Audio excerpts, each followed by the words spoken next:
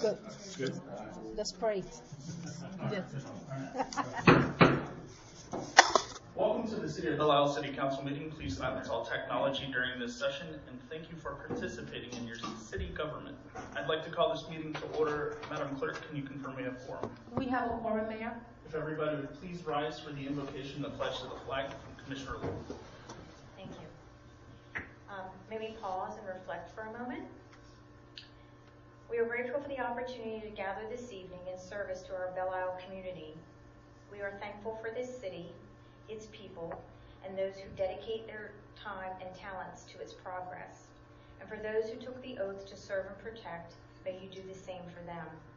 We ask for wisdom, clarity, and patience as decisions are made that affect the lives of those we serve. May our discussions be guided with respect, fairness, and shared commitment to the common good. We recognize the responsibility entrusted to this commission and ask for discernment as challenges are addressed and solutions are sought. May collaboration prevail and may every voice be heard with integrity. May our efforts tonight contribute to a future marked by safety, opportunity, and unity. Amen. Amen. I pledge allegiance To the flag of the United States of America and to the republic for which it stands, one nation, under God, indivisible, with liberty and justice for all. Everyone please be seated.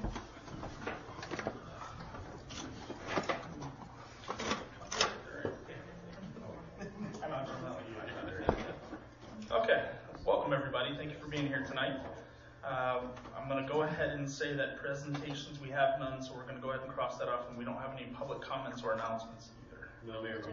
So I'd like to go ahead and close that. Moving on to consent items. These items are considered routine. One motion will adopt them unless a council member requests before the vote on the motion that an item be removed from the consent agenda and considered separately. Commissioner Bobrowski. For discussion, Yes, ma'am. I'd like it removed for discussion. Do you want me to go ahead and jump right into the discussion? What do you want to? What do you want to move for discussion? Before we approve the minutes, I want alterations to the minutes. Okay. Which The January 6th or the November 4th? Oh, I'm sorry, January 6th. Okay. Okay, so we'll pull that one. We'll pull A. Yeah.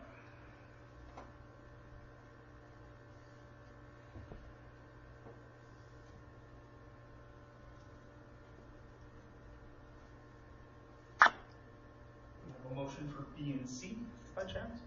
Motion, Your Honor. Sir. Well, I'd like to approve the consent items B and C as written.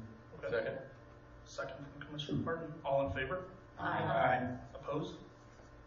Passes unanimously. Ms. Yolanda, please adopt as such. And I would say let's go ahead and move on to consent item A. Thank you, Commissioner John. Bobrowski. Yes. Received an email from a resident who could not be here tonight who had a little concern about a couple of things that were omitted from the minutes, and I feel like if it was, he had a strong enough belief to send it, that we should address it. The first one was, he actually said that Commissioner Lowell asked a question to UES about staff dedication to Belle Isle. Actually, I'm the one that asked the question if they had a dedicated staff. Their response is they try to maintain the same few, although any of their staff is capable of taking care of Belle Isle. So I'd like the minutes to reflect that Commissioner Bobrowski asked if there was dedicated staff members for Belle Isle business. And the second point he brought up is, he said, I believe during a response to Commissioner Parton's questions or comments, UES stated that a typical response time from time to permit application submission to permitting is 10 days. I think you just want that on public record, so if it ever goes beyond that point, it can be brought up that UES tries to hold to a 10-day commitment. So I would like those two things added to the minutes. That's the motion to the change you want to make. Okay, I make a motion. I'll Okay, do it no, official. yeah, please. Do it officially. Okay, I would like to make a motion that additions to the minutes for the January 6th meeting contain one, that Commissioner Bobrowski asked about dedicated staff from UES to Belle Isle business, and two, Commissioner Parton's response to typical permitting time is 10 days. Second from Commissioner Lowell. All in favor? Aye. Opposed? Passes unanimously. Thank you for pulling that. Yeah, do we need an approval for the minutes with those added, or just the changes?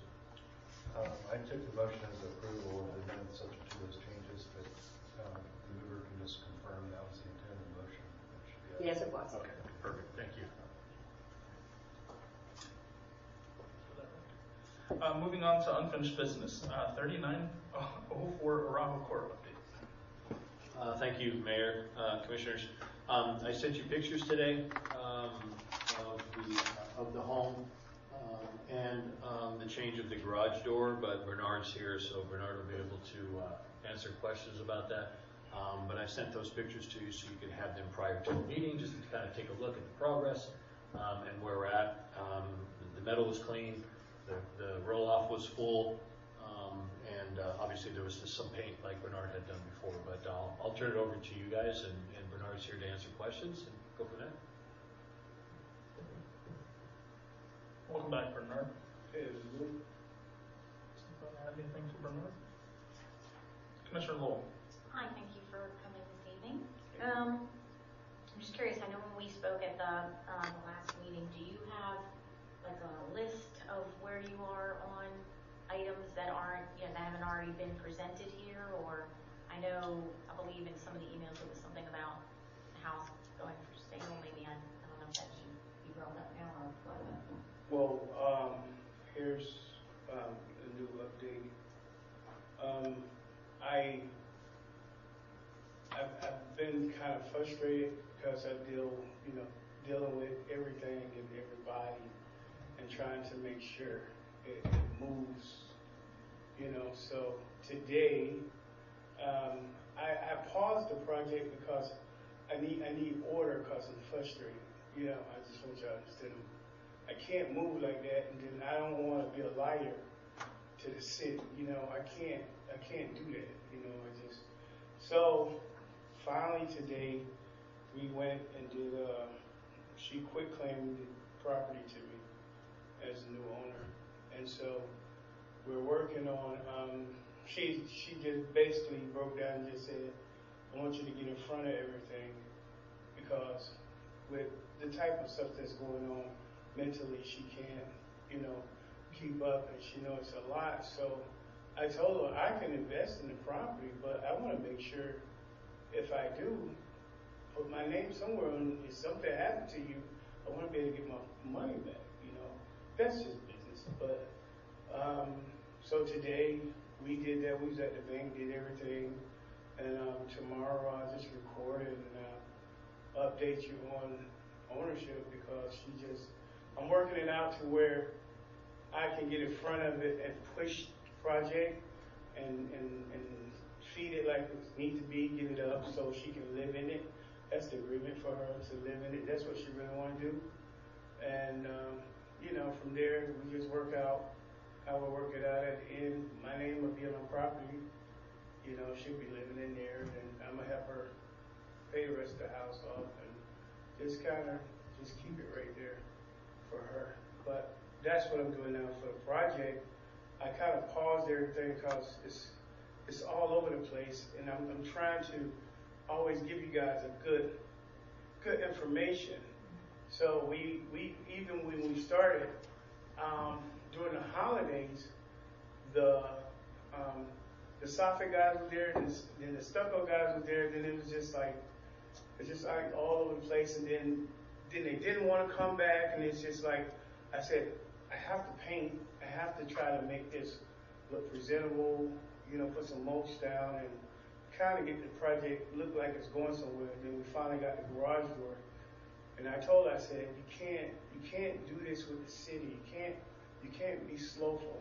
But even though the process with the refi, I canceled the first refi. That was $175 because it was scammy. We did some behind the scenes. We just found out it just wasn't right. But the new refi was for $200. She got qualified for that. So we right now we're just working out all the details to where I don't even need the refi to finish the project. You get what I'm saying? I don't need that. I can fund it and just go. But I was just trying to work with her so she could stay in compliance with the city. So, because it's not fair to you guys. That's been, hey, we're waiting, nothing. And then, you know, and I'm just like, I'm not going to be a liar. I don't want to, like, prolong the time and just keep hoping y'all don't knock the house down. So I say we have to do this in order for me to get in front of it and make it happen, because I don't see no other way, because it'll be another month, and then if nothing happens, if they knock it down, it's nothing I can do, you know. But I just told her I'll get in front of it and I'll do my best, and you know, I'll stay in compliance. But I can, this week I can give you a better format of where we at. But I know now the back wall, we are going to knock that down and redo it, because it's like tall glass and it's just rotten.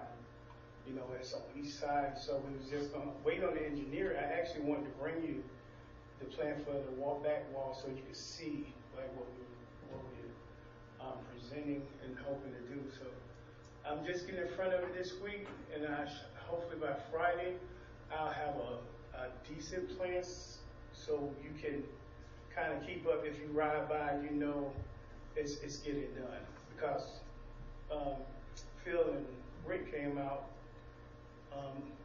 Was it last week? I think last week, maybe, and just gave me a heads up about the vac and different things, and I kind of told him that Andre, he actually paused the project because the wall.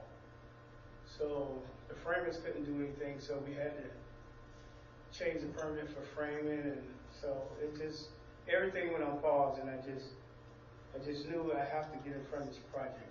That's all. Because it's not going to be fair to you guys or to her even investing money. So I'm just working it out with her and have some more details for you guys this week if you need to just want to see the progress of what we have. So that's where I'm at with it, you know. So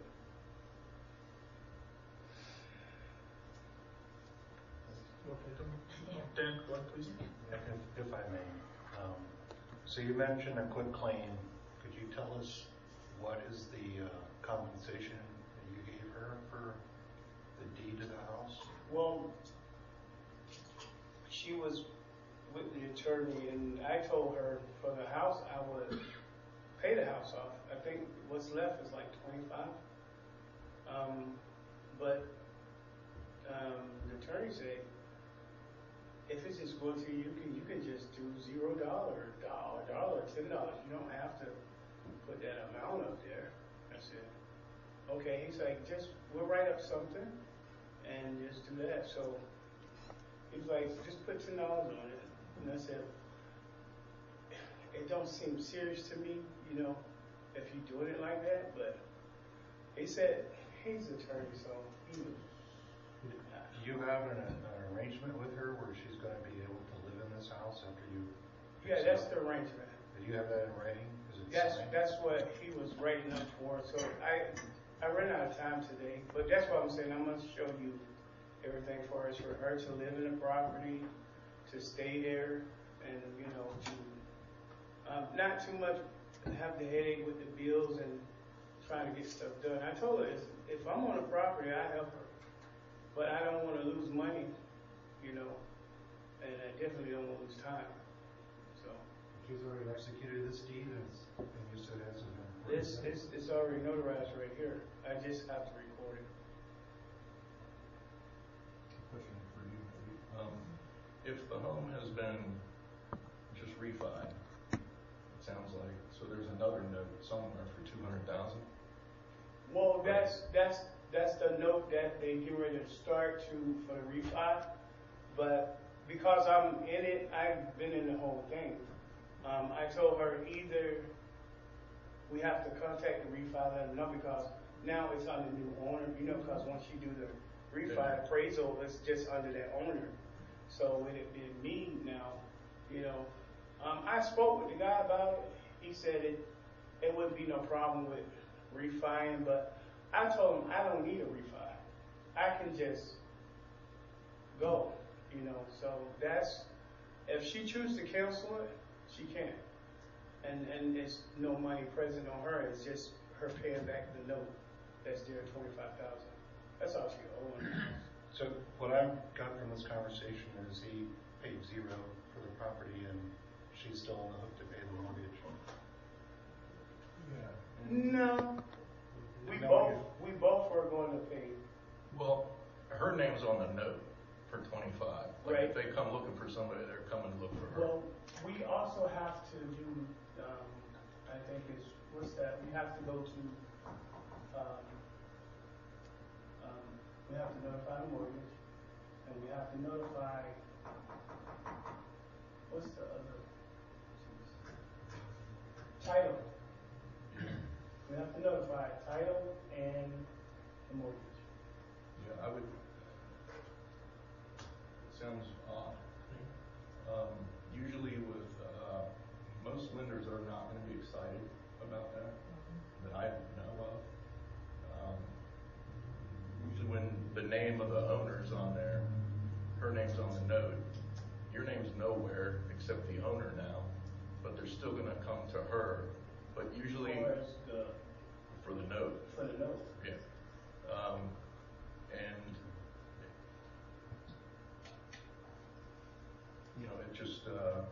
Well, here's what I say is let me finish when I'm setting with her and the mortgage, and then that way it don't seem so odd, because I don't want y'all to think I'm coming in trying to take advantage of her, or either am I trying to steal from her. So I don't want that perception and of that, because I'm not that type of person. I just know from what the attorney was saying, and what she was saying was like, I don't know how to, she's getting tired. So, and I just, you know, the attorney said the easiest thing is to quit claiming. You know, and he said that once you do that, then you become the owner. Then now you have to readjust everything as far as the property and work out details. So that's what we was doing. And I told him, let's work out an agreement so we have it in writing that I'm not trying to take anything from you, or, you know, I just want to make sure we all are on the same page with this on the business, because it's not just me, her, you guys watching too, and your job is to make sure the elderly don't get taken, you know, for a spin. So that's what we talked about today, and my integrity, and the Lord ain't gonna let me be no thief, so I ain't gonna steal from nobody. I just wanna get the project moving, cause it's just the way I see it. It just keep. We're ready to move, and then it's slow, and then it's so she's been frustrated too. My intention was not to indicate that I thought there was fraud or something like that. It's just for you to file that and it to get recorded and those other bases not be covered. I would make sure that the mortgage company signs off on it, as well as title. Those should be done before anything is recorded. Okay, well, like I said, I mean, before recording, I don't have to record. I just know she contacted SPS today. She did contact the mortgage company, and they say they will send me an email. They have my email, and then I have to notify the title company. So I'm just telling you what's happening, because I want to come here complete always, because I don't like to be half. I want to be complete. So therefore, there's no questions. But you send me in the beginning of the process with everything. So, and then making sure that it's in compliance too. So I'm just trying to make sure I'm in compliance, she in compliance, everybody is in compliance. Yeah, I would do that for your own protection as well as hers, and then there needs to be some kind of either operating agreement or an agreement moving forward that indicates she is allowed to live in the home, whether it's rent-free or until, you know, she was to pass or whatever, but I think all those kind of protections need to be in there for both of you. Well, we agreed to that, to make sure the mortgage is paid off and that she do live rent-free, because the only thing we will have is taxes. And I don't know the way she sounded today. I don't know how long she has. You know, she's really getting. I ain't gonna speak that. I want her to live forever, but you just don't know. Anything could happen. I just don't know. But I'm just trying to do my best to make sure. Her heart's desire is to live in her house, and that's like a dream to come true for her, to come back to her house. So I'm just trying to do all I can do, and I appreciate that. You know, making sure we do that. But like I say, I will have all that information because the attorneys, it got too late, and we just said just tomorrow come out and we'll go over it and see if we can get it notarized, and then we go from there, because the operating agreement will be for her to live there and to at least be satisfied for the rest of her life. And I'm just trying to play both ends and get it done. I mean, I would tell you, Bernard, you know, we're not at liberty to tell you what to do when it comes to how you set up that arrangement or anything. You know, our sole focus and what we're looking at is making sure the house gets fixed. Yeah. And so my thing to you would be, you know, I would never impugn your character. I don't know you to do that, and I don't think you're trying to do anything wrong. Yeah. I think you're trying to help her, and I'm a God-fearing man as well, so I appreciate you doing that for somebody. Nonetheless, it's not really my business to figure out what arrangements you set up. You know, Jim's very seasoned in real estate. I understand where he's coming from in that realm. So for the most part, I would just say, you know, as long as you're providing us with the fact that it is getting fixed and there is no rebuttal or well, then we were doing this or then doing that, you know, the look of the neighborhood and the neighbors in that community are our biggest thing. Right. And making sure that Ms. Leiser doesn't get raked over the coals in any agreement or anything like that, you know. We're looking out for the best interest of her as well, because she is a resident of the city, but at the same time, we're looking at it going, it just needs to be fixed. Right. Too. So, Commissioner Lance and then Commissioner Smith. Mayor, you actually addressed what I was going to say. Commissioner Smith. Thank you, Your Honor. Mr. Attorney, it's quite an interesting turn of events.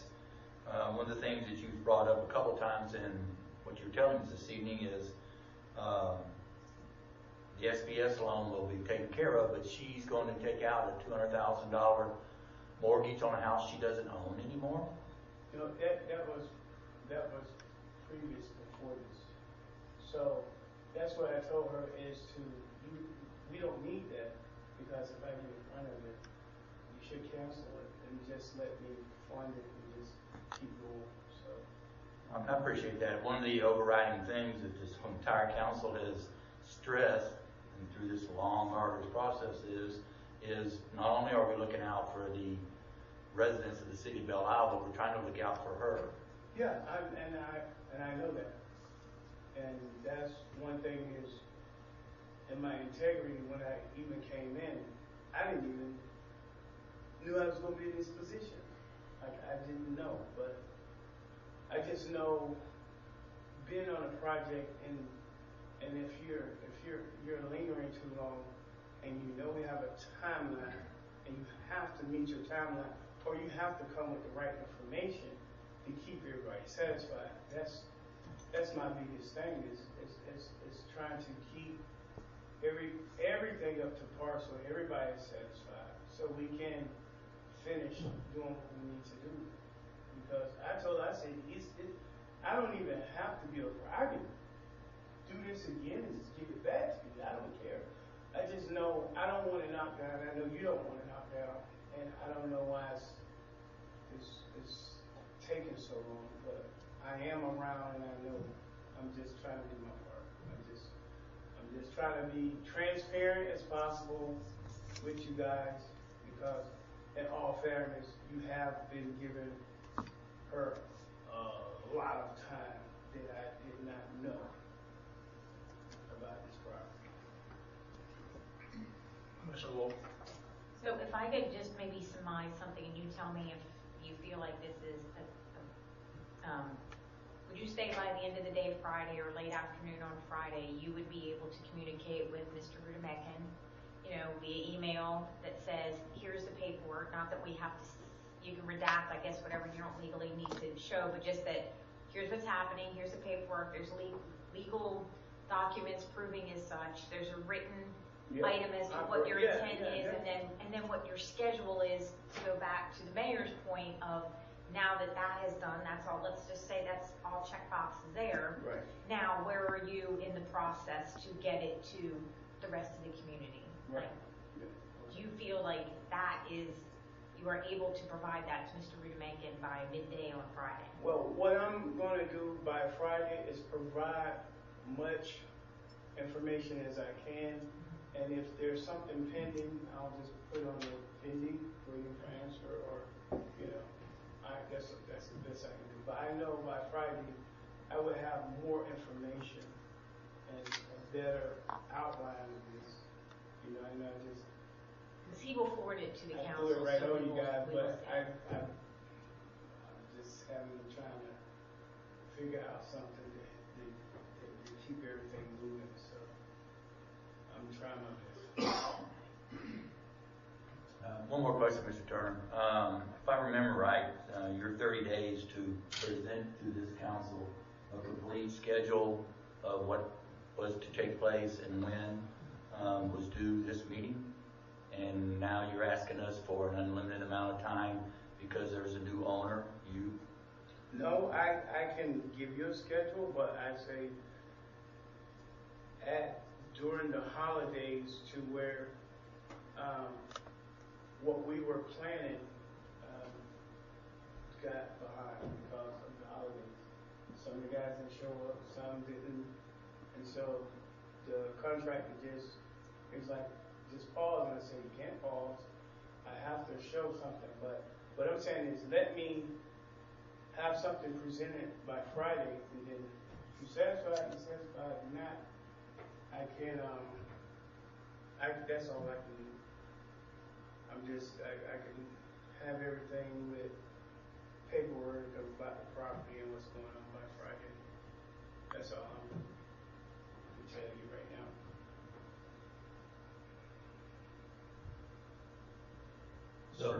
So thank you, commissioners.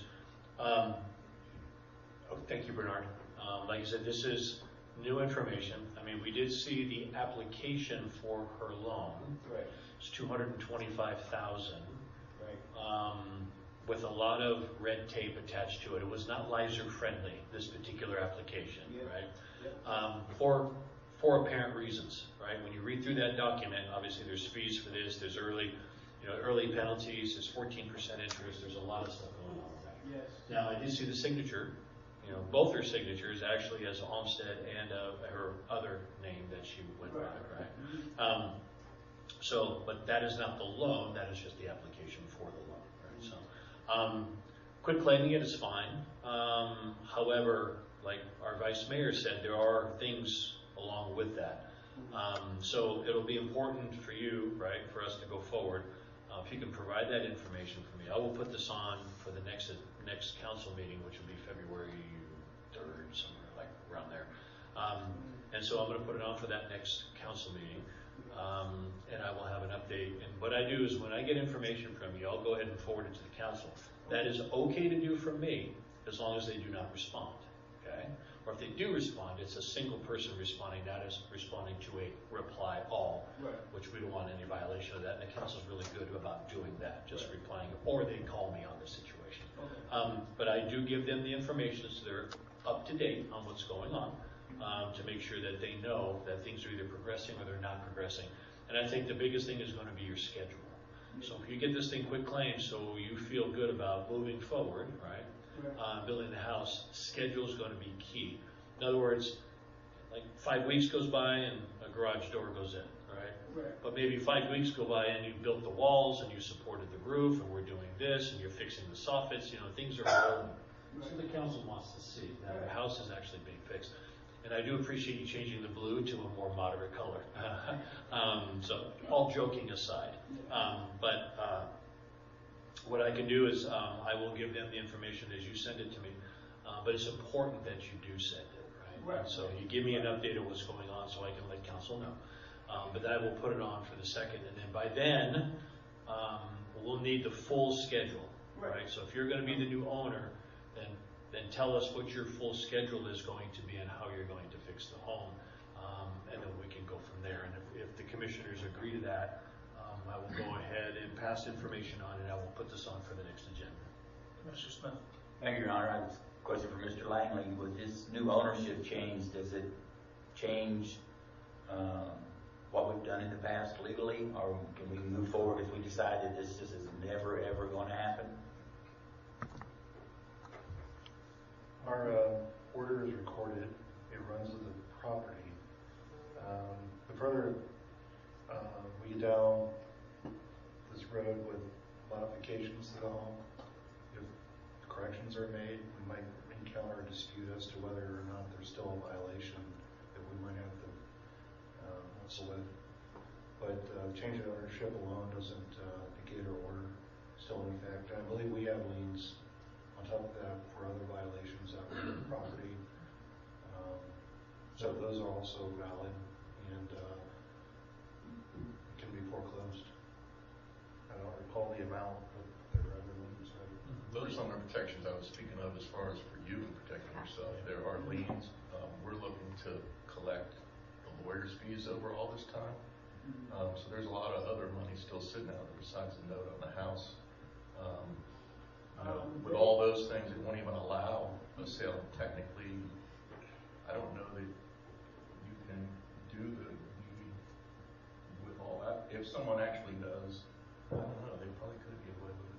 I think they have to pay, so if you're going to force the sale of a home or read the sale of a home, remember correctly, if there's liens or code enforcement, if there's fees, I want to say liens, fees, fines, those have to be paid, I think, out of the proceeds, I believe, out of the proceeds, or before that. Typical sale it does. Yes.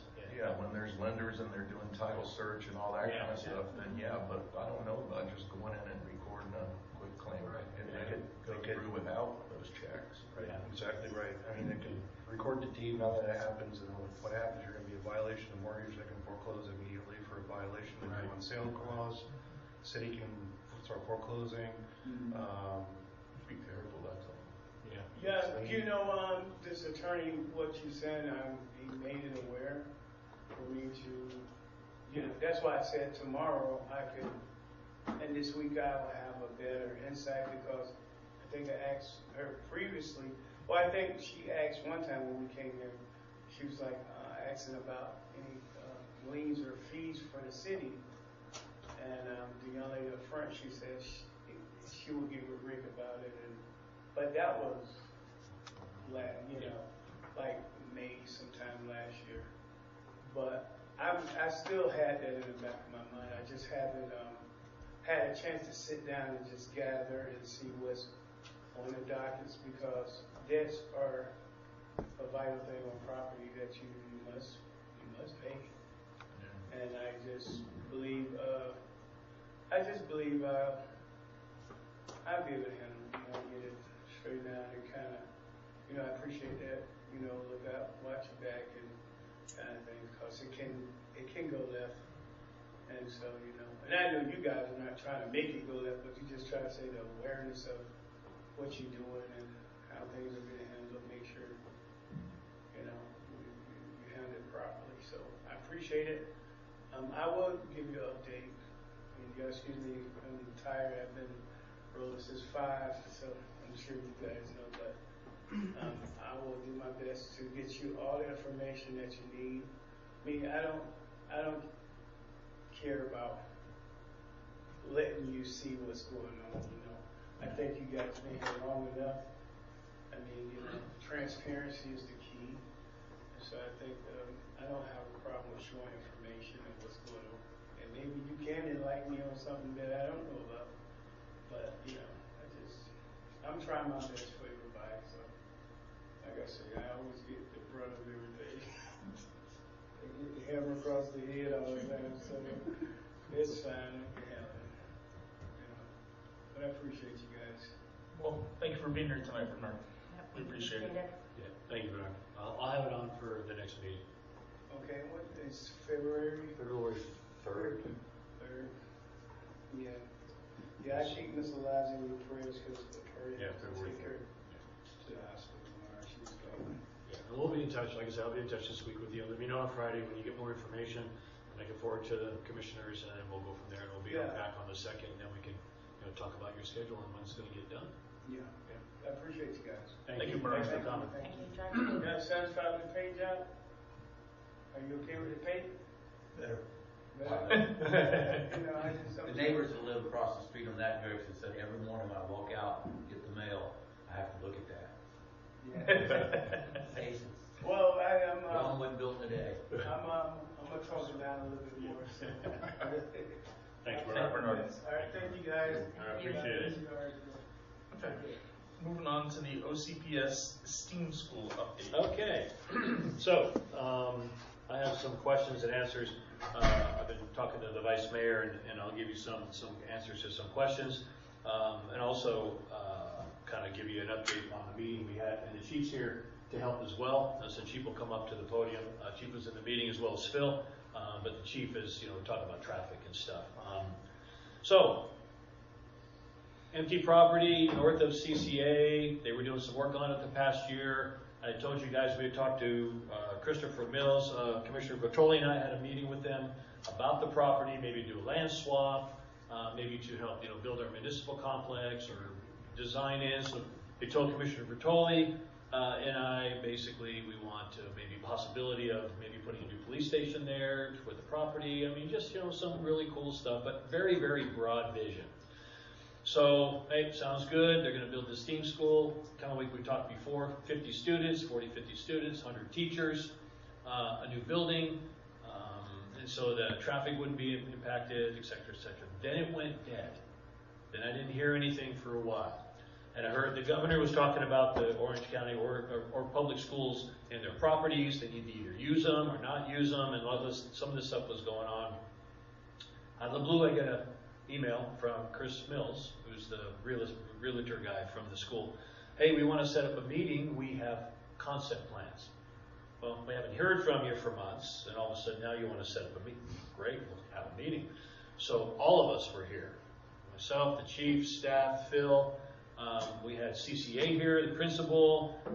We had Brian Leahy. We had, like I said, 3 or 4, maybe 4 or 5 of the police department.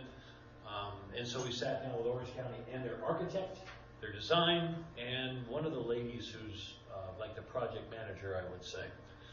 So we're starting to go through the project. They basically have concept plans. They show the building, they show the parking lot, outdoor recreation, all fenced and all this stuff, right? Which is way farther along than we anticipated. And then we asked about, traffic and everything else. The one lady, Orange County, she basically told us in not so many words, we know what we're doing, we've done this before, and we're going to do it. So it was really to that effect, Chief, something like that? Yeah, so we're like, okay, they're going to do this. So basically they said they had an original meeting with the residents out there. They showed us what they're going to do, close campus, traffic shouldn't be an issue, they're going to come in and out, et cetera, et cetera. So let me read some information for you. Sounds like a good project. We don't necessarily have a lot of say-so in this. They're using us, or they're coming to us because of the permitting process, because it's within our city, which they will comply with.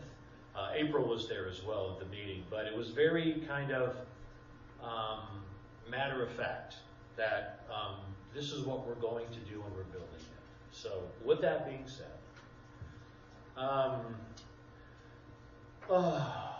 it was put on hold for internal issues. We met with them, and I'm like I said, I bring it tonight. They've always had the plan for it to be in a STEAM school. but they were hemming and hawing about what they're going to do, being if they're going to build it there and not build it there, but they decided to build it there. Their concept plans, and they're moving forward with it. Yes, the concept plans are in. It's the same type of school that we talked before. That has not changed. Yes, they've talked with us. They have been sitting on some real estate. They have areas, but they've been closing campuses like we talked before. But this one, they seem to be wanting to move forward with this specialty school.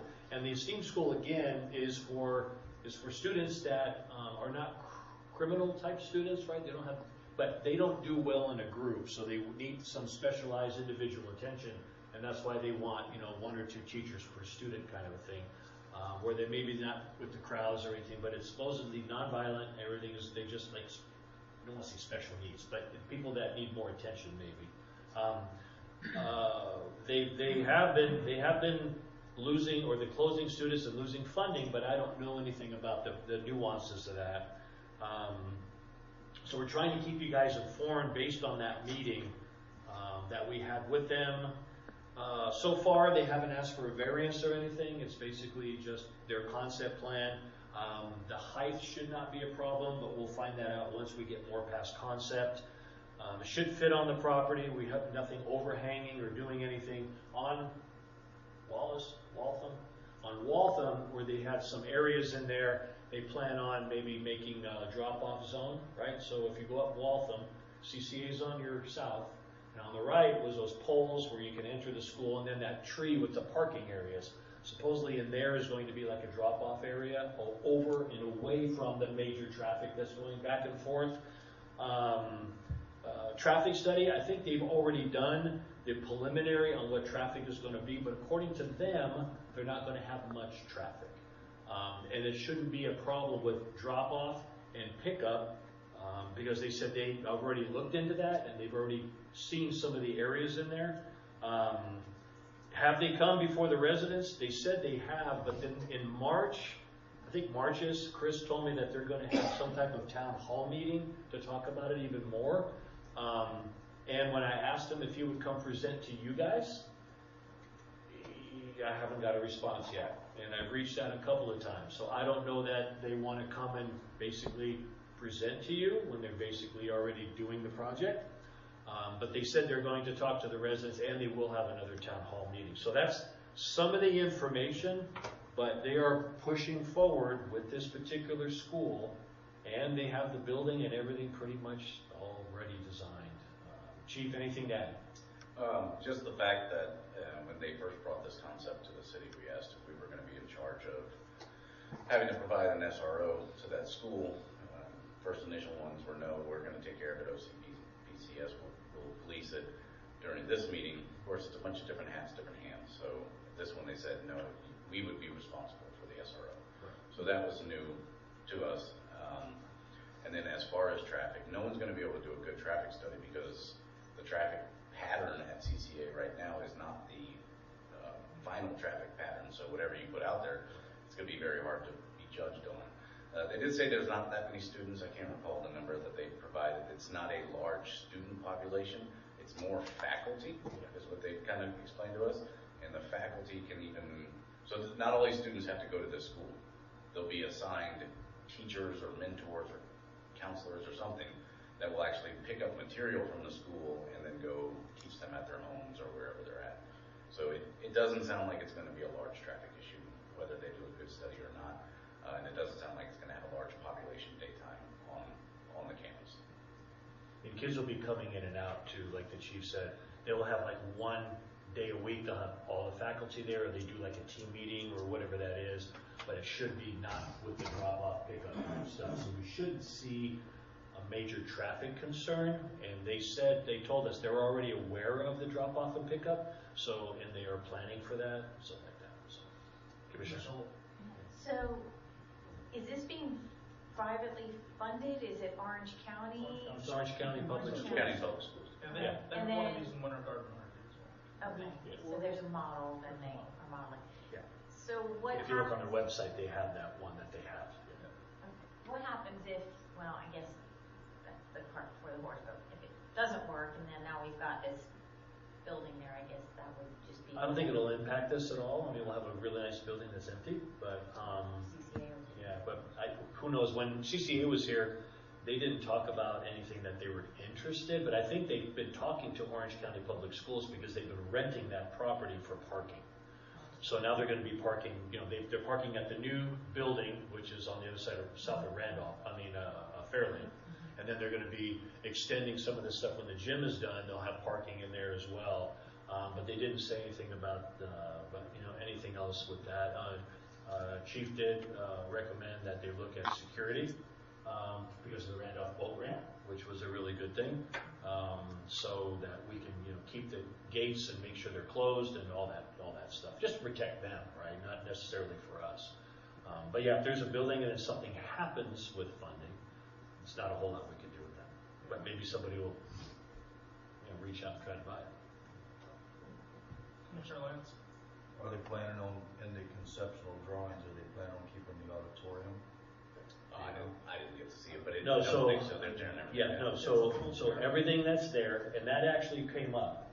You're going to save some of that nostalgic because it's been there forever. Kids grew up in that day. From what I understand and looking at the plans, they said, no, it's all coming out and it's a brand new facility. Commissioner Bertoli? Thank you. I'd like to commend you for looking into this and keeping tabs on it.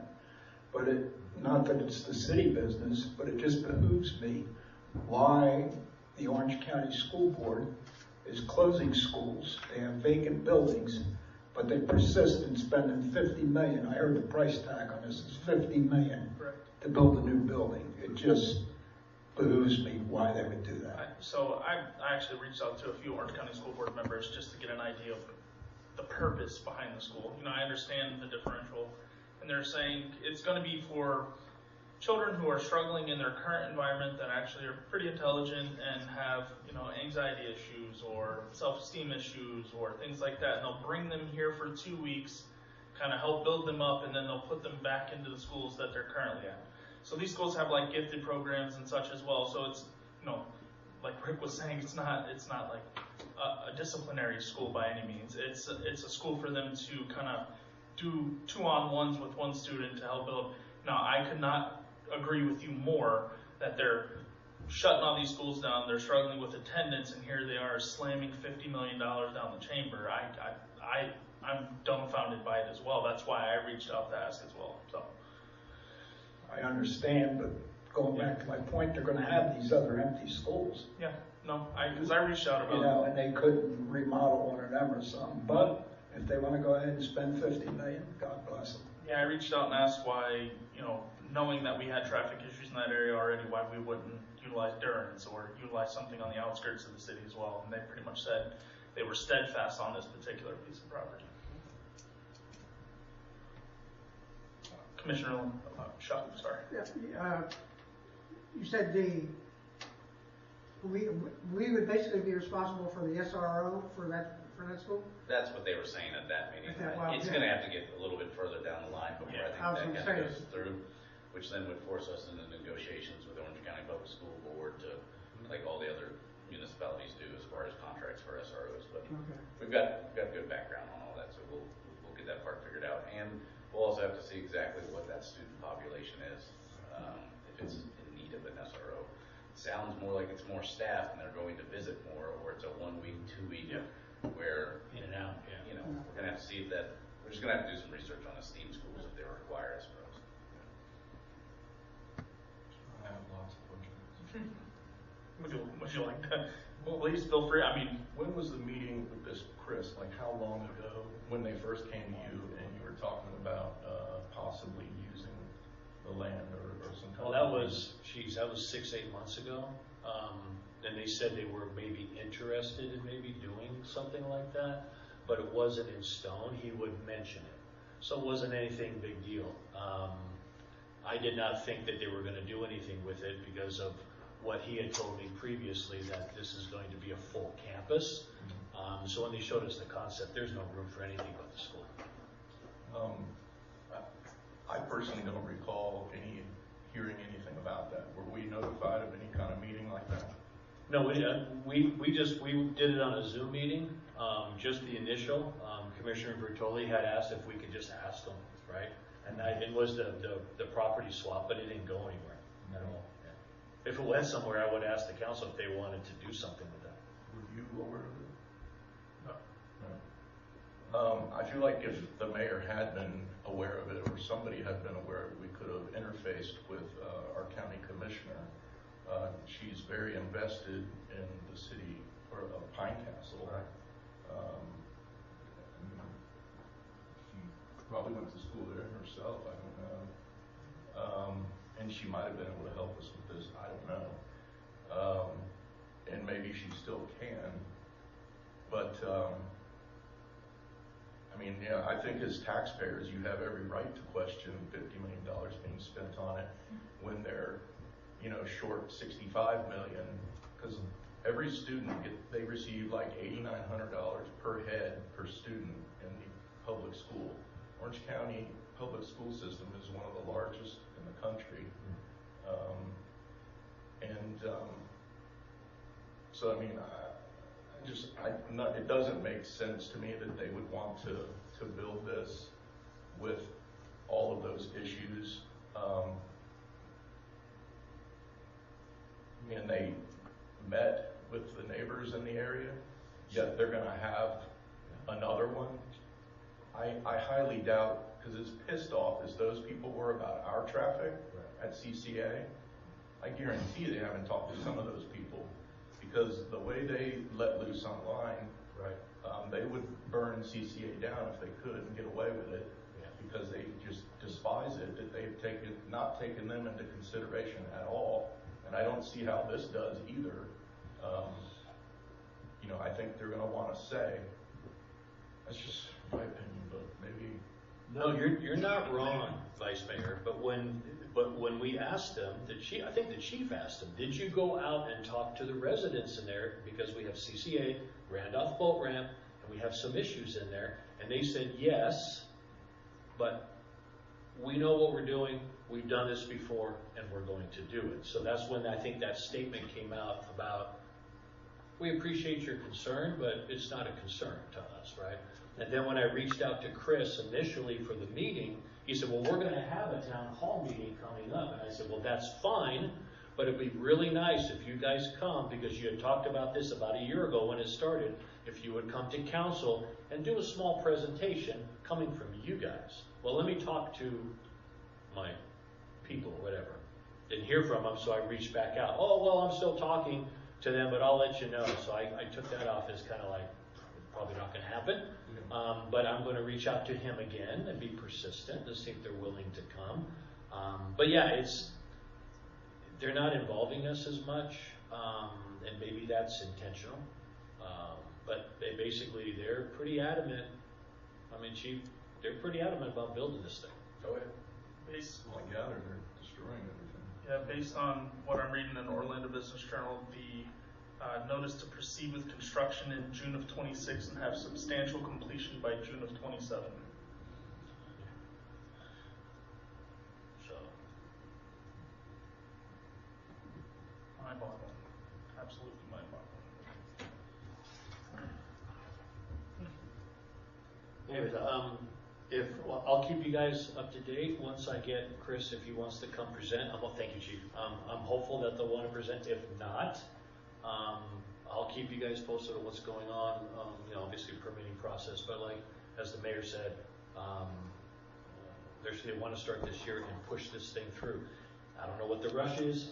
Obviously they know what's going on with the rush, but they're blowing and going on this thing and moving it forward as fast as they can. So. Everybody okay? Not okay. Not okay. Good on the subject. At least informed to this point. No, and I just, I feel like we should have known something a long time, or been given a memo that, some kind of, I didn't know anything about any of that, 6 or 8 months ago of a meeting that took place or anything. I'm not saying I need to know everything either, but we get questions about this kind of stuff constantly about, what's going to be happening around city or around that school. And, you know, I wasn't able to give any of this information accurately at all. Just put it out there. Commissioner Lennox? It seems strange to me because a resident called me about a week ago and asked me what was wrong with the property. I said, I don't know, but I'll find out and get back with you. And I called the school board members of this district. She said, everything's on hold, we're not going to do anything with it for a while. So either she didn't know or she was just staying quiet. You can call her back. I will. All right, moving on to unfinished business C, review of lease with Pioneer Days. Thank you. Thanks, Billy, for coming. So Mr. Morgan is in attendance tonight. Thank you for being here. Yes. So Billy and I have been going over this lease agreement you have in your packet. Basically, we went over some of these things, and the council made some direction, or gave me some direction in the last meeting. Basically, we're going to do $1. Thank you, Commissioner. Then we're going to do a 3-year initial period, and then we're going to do 10-year on that. And then I told you that Billy and his executive board were going to basically, the big one was the, the schedule, right? So in your back of your packet, you'll see his schedule. And we'll put that into the lease once it's signed. But I wanted to give it to you on the backside to see if you're pretty much okay with that. The commencement date, we talked about the commencement date will be March 1st, Billy? Ish? Yeah. We just gotta get through Pioneer Days next month. Right, will be March 1st. So that's the last of the blocks I need to put in there. Section 9.1 in red and yellow basically says Exhibit B provided by PCPD, which is your Pine Castle Pioneer Days. And then Exhibit B will be, it's at the end of this document, so you can see their schedule. That'll be put into the lease agreement.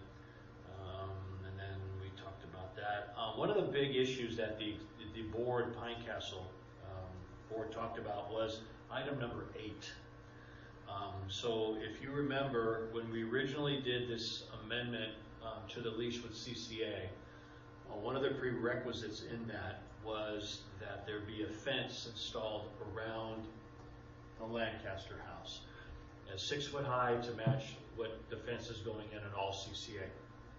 I talked to Billy about that. He took it to his executive board, and the board was saying, well, hey, we didn't budget for that. City, why don't you pay for the fence? And I mentioned to Billy that we're not going to put any expense out. This was all the expense that for this place was going to be, the Pioneer was going to have to pay for all this stuff. Since then, Billy and I talked. I also talked to Brian Leahy. We only have to. I say we. With the amendment talks about 4 sides. I talked to Brian, and it's actually only 2 sides.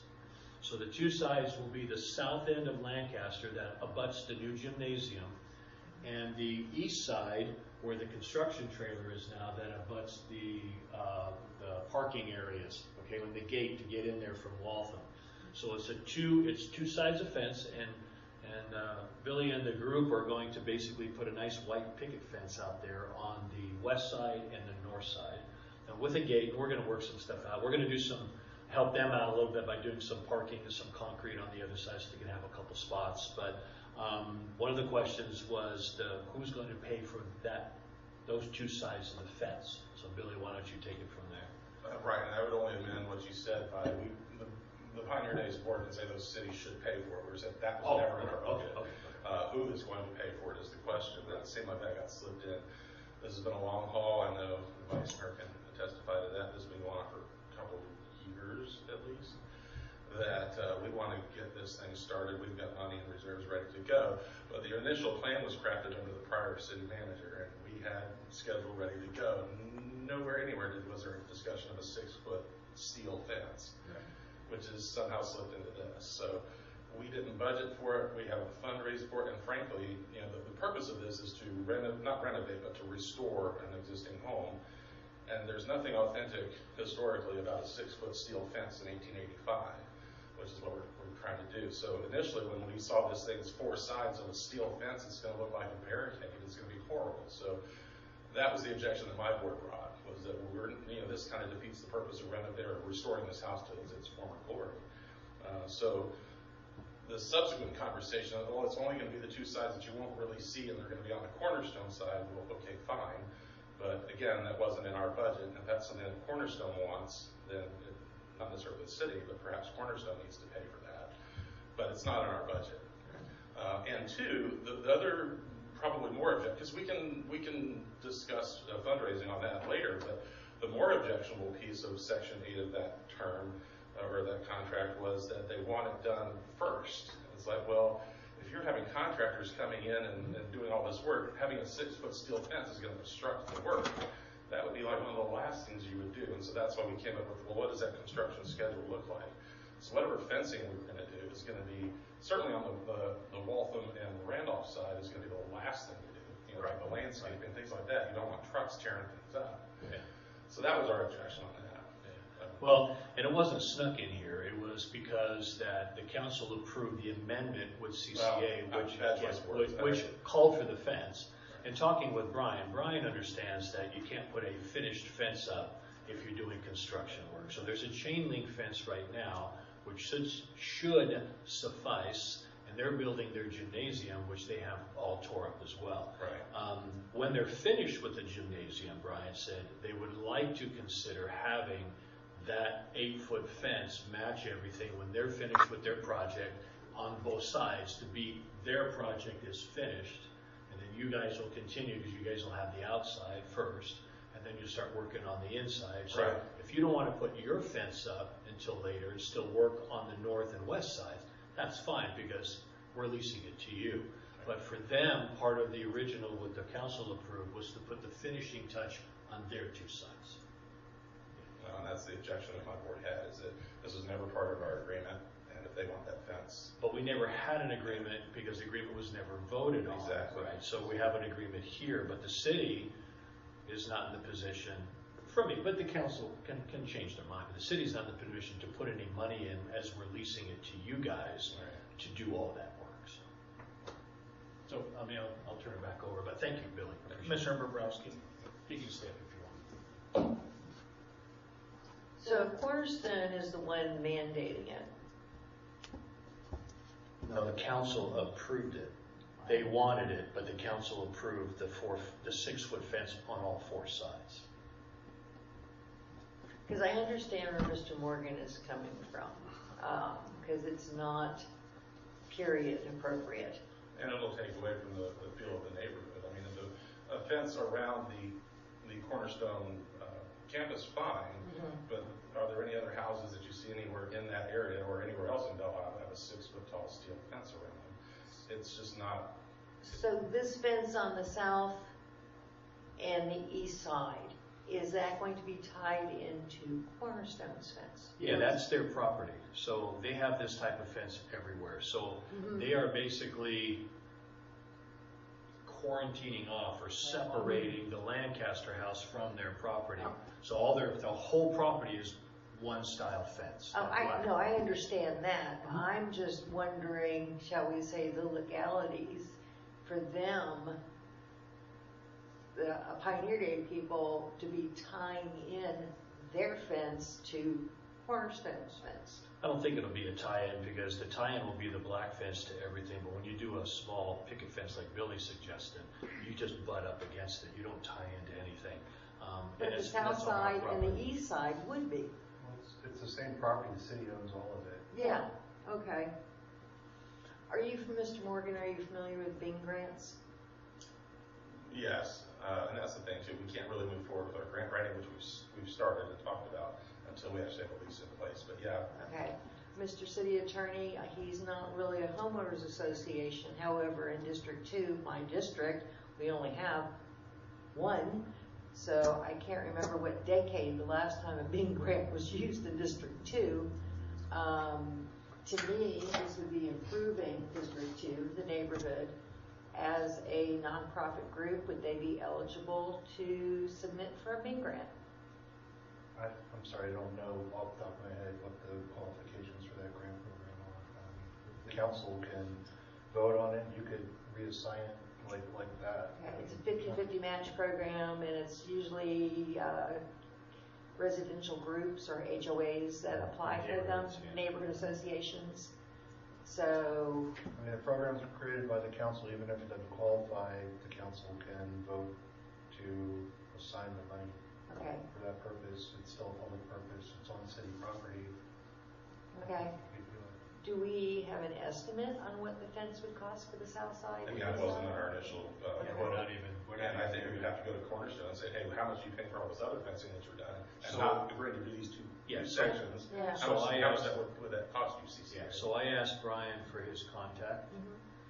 the fence company that's doing all their fences, so he can give me the contact so we can talk, and Phil and I can go meet with him out there and say, hey, you've done all the fences, what's it gonna cost to put these two up? I would imagine. But we're not there yet. Well, and then my supposition, having been down this road with some other projects, is that incrementally, the cost is probably going to be negligible to CCA versus if we come in as a one, listen, we want 2 panels of fence, that the pricing is going to be significantly higher for us. So to answer your question, I don't know what that would cost because we weren't contracting to do this.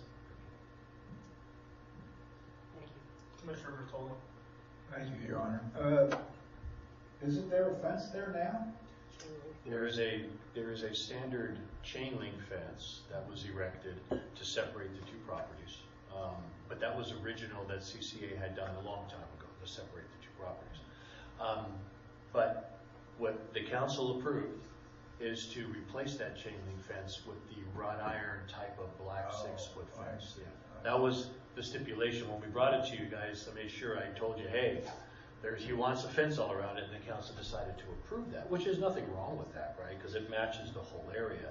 But now there's only 2 sides because of what Billy was talking about. They want to keep it, restored and historic. So they only, in other words, they're going to replace the fence that's there now. Yes, you have to replace The chain link, and they're going to replace the raw. Right, it has to be replaced. That's what CCA had requested in the amendment, and that what you guys approved was to replace that with the black wrought iron to match their whole campus, because their new campus building, their gym, basically butts up against the Lancaster property on 2 sides. I Googled it, it's $25 to $50 a foot and salt. Okay, Mr. Google, how many feet are we talking? For 6 foot? Way more. Yeah, Because because it's for the wrought iron material. fencing is definitely higher than that. It's a steel fence. Yeah, it's not rubber, it's steel. It's not aluminum. I don't know if it's aluminum or steel. I just know it's 6 foot high and it's metal. But I believe it's steel. Yeah, I believe it's steel. And it makes sense for a school that it aids their functioning, but does not add to the functionality or the purity, authenticity of the Lancaster house at all. So, Commissioner Smith? Thank you, Your Honor. Mr. Rubik, I'll let you refresh my memory. I'm going to state what I think occurred. Okay.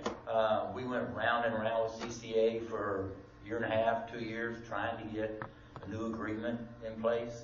And whenever we finally got it from them, there were 2 things in it that we didn't want or like. One is the fence. And the second is, if you ever default on your lease, it automatically reverts to them and they tear the house down the same day. But we were unwilling to go around and around and around for another year and a half or 2 years because the house is not getting any better every day. So we took it on the chin, truthfully, with these 2 items in order to get the agreement in place so that we could then come to you and get you in place to save the house.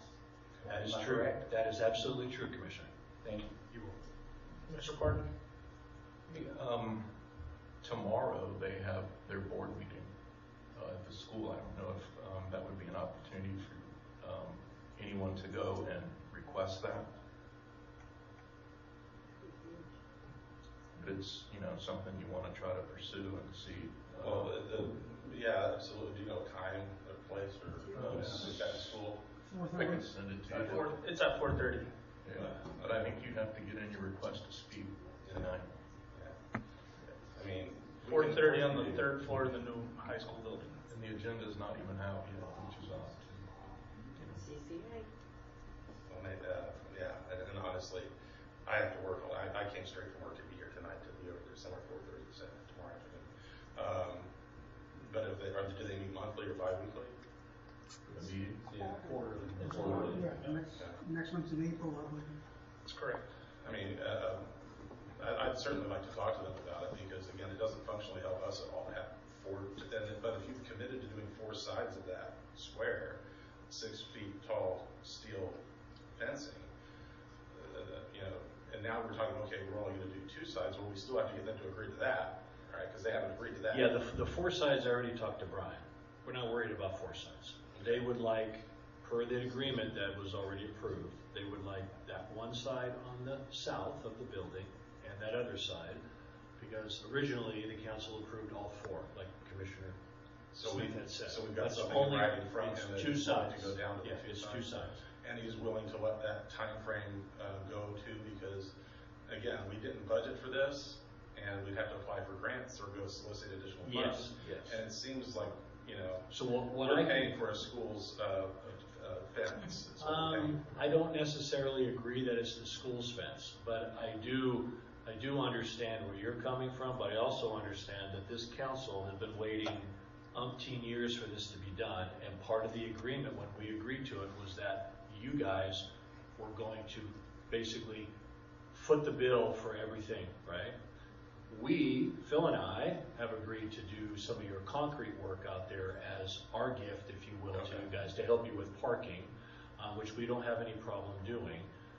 But now that it's gone to 2 sides, right, we can probably work it out with Brian that doesn't have to go up until you guys have substantial outer work done, because you need to get in there, right? Right, we're ready to go as soon as Pioneer Days is over. But I think we need to get something in writing from him that so I will go the 2 sides. Absolutely. So I will go with Brian and talk to Chairman Brooks about, and I'm going to change the language in here, right, to make sure that it doesn't right away. And I will talk to Brian and see if they want to go ahead and amend that agreement to go back to the 2 sides, and that it doesn't need to be done until substantial completion of either their building or your building, because when they get done with their gym, they're going to want that fence done so that they can do the dedication and that new basic, Can you also, when you have that conversation with Brian, since you have the open absolutely, ask him to supply us with a quote of what that would be? Yes, to everybody's point, we don't know what we're talking about dollars-wise, of what they're asking us to pay for that we're not prepared to pay for up front. Because we do have the ability to go out there and fundraise, but it's not going to be overnight. We had planned to do X, Y, and Z, and now we're having a backup and do A, B, and C. I already planned on doing that. That all being said, that's our only frustration point. If we get that solved, everything else we're really excited and ready to go, as I'm sure you guys are too. That the unanimous opinion of our board is we want to get out there as soon as Pioneer Days is over to start making that house look like a house again. Nobody likes the way it looks now. So we're ready to go. And I think I think everybody is, and so we appreciate that. But I'll get all that fixed so that we can make sure it's just the 2 sides. Obviously, you guys want to do so because it's not their property; that's our property, right? So that so it's all our property based on that. But they want the abutment from our property and their property now to at least show form and function for their new building, which matches everything else, which I get. Right, so when people look at the Lancaster house from the opposite way, looking south from Waltham, they see the white picket fence, they see the house, and then they see the border of the school. So it's not really taking away from the historical value of that building, but what it's doing is differentiating. This is CCA and this is Lancaster. It's not adding to us, though. It's adding to them, and so that's the thing. Well, it's a normal ad. They have to have their property. They have to have their property I'm not going to protected. take it any further because I think we're all on the same page here. It's Yeah. kind of like this is the one thing we weren't expecting. It's not the end of the world, and we have people of good faith on both sides. I believe that we'll work it out. But it's also not going to be our number 1 priority because the more objectionable part of that Section 8 was we want this done first. It's like, well, that makes no sense. And I think they wanted to do that because of their timing of their project, right? So, but let me work it out. I appreciate you coming. I'll look at the language and change the language. I'll put March 1st in for the date. Everything else is pretty much done, Billy, I think. I'll send you a fresh copy with all of it. I'll look at a couple other little things in it, but I think I went over it with Dan, so I think we're good. I'll change the fence thing, I'll get together with Brian, I'll get the cost, I'll get it to you, and then we'll bring it back to council for final approval with all the new language, and you can come back again, and we'll make sure we get this thing and everybody's on the same page. We'll approve it, and you guys can start rolling. So it'll be cool to get it done. And we've got people that are raring to go. We've got a 3-phase construction schedule. Fix the outside for the public to see, fix the inside so that we can utilize it and then get the certificate of occupancy to tail end. So there's 3 phases to that, but a fence wasn't anything that we were finding in phase 1. Right. So that's what was throwing us for a loop. So. Okay. My personal apologies, but I wasn't willing to go 2 or 3 more years fighting over a fence. I completely understand. This has been going on for quite a while. Way too long. Yeah. We don't take the offense to Commissioner Shaw. This is more just an off-the-wall question for Billy. The first thing on your exterior list was establishing a unique service address. Have you gotten it? Yes, so we're working with the city. The question was, we're applying for, we'll also have to come back to you for that too. We're trying to get the house on the National Register. And one of that is, well, what's the address? And so, well, mail forever and always is going to 5903 Randolph, but that's actually the office of CCA across the street.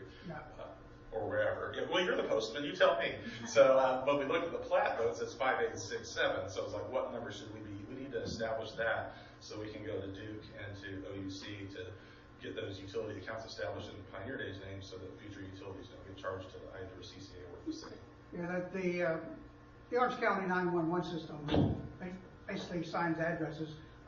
It's 5903 Randolph. 5903? Yeah, because they were, even after CCA basically moved out of there, they were still getting mail to that address. So when that's when they moved it over to I don't dispute that at all, but when I was looking at 5903, it seemed to encompass everything on that side of Randolph. But if you look at the actual street on the plat of the street, that old house is showing as 5867. So whoever wants to assign it, let's get that assigned, because that will flow into a lot of the grant documents that we're currently writing. The big one is for the National Registry. If we can get this house on the National Registry, which I think is a slam dunk, the very first question is, what's the address? We want to get that in there, but we also have to come back to you guys because we will continue, somebody pointed out, to be the owners of this property, that we have to get the application signed off by the owners, not the leaseholders.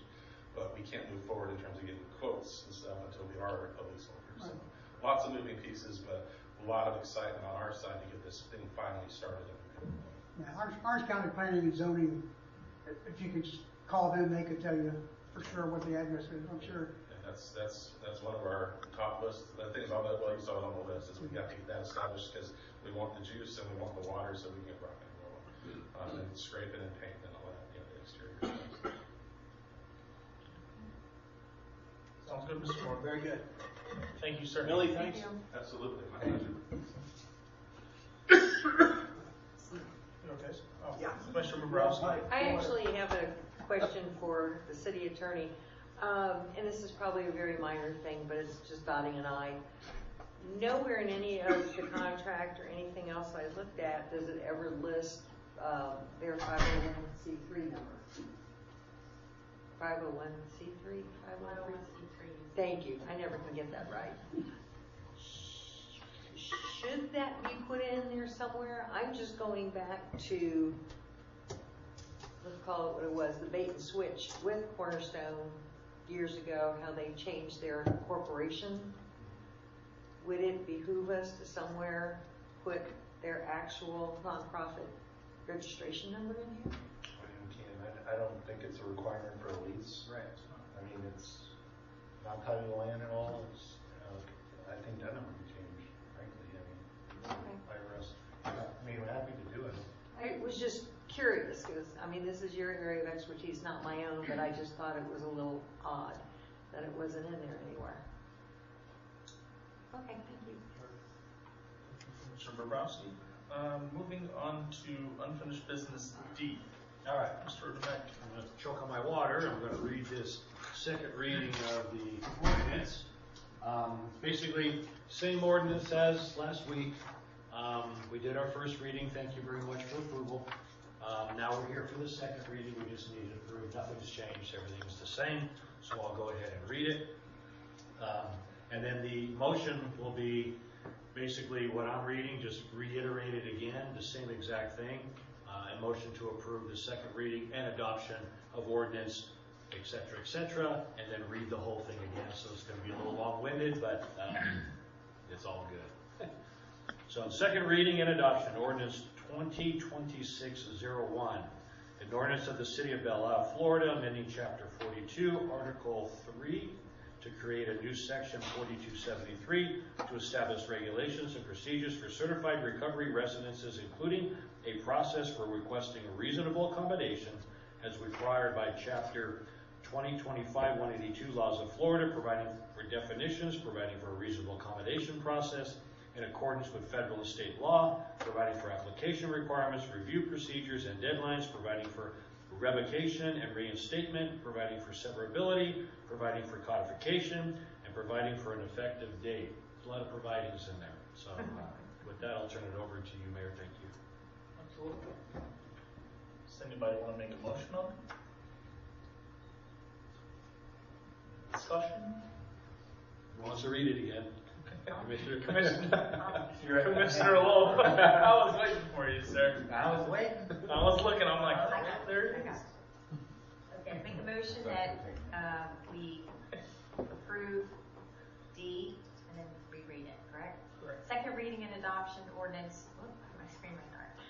Ordinance 2026-01, an ordinance of the City of Belle Isle, Florida, amending Chapter 42, Article 3, to create a new Section 42-73 to establish regulations and procedures for certified recovery residents, including a process for requesting reasonable accommodation as required by Chapter 2025-182 Laws of Florida, providing for the definitions, providing for a reasonable accommodation process in accordance with federal and state law, providing for application requirements, review procedures and deadlines, providing for revocation and reinstatement, providing for severability, providing for codification, and for providing for an effective date.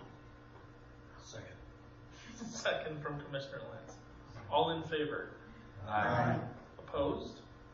Passes unanimously. Thank you, everyone.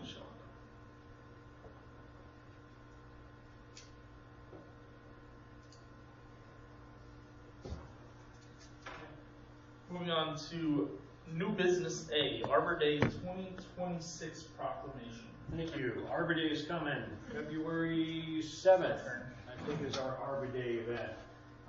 So we're here to read the proclamation for Arbor Day like we do every year.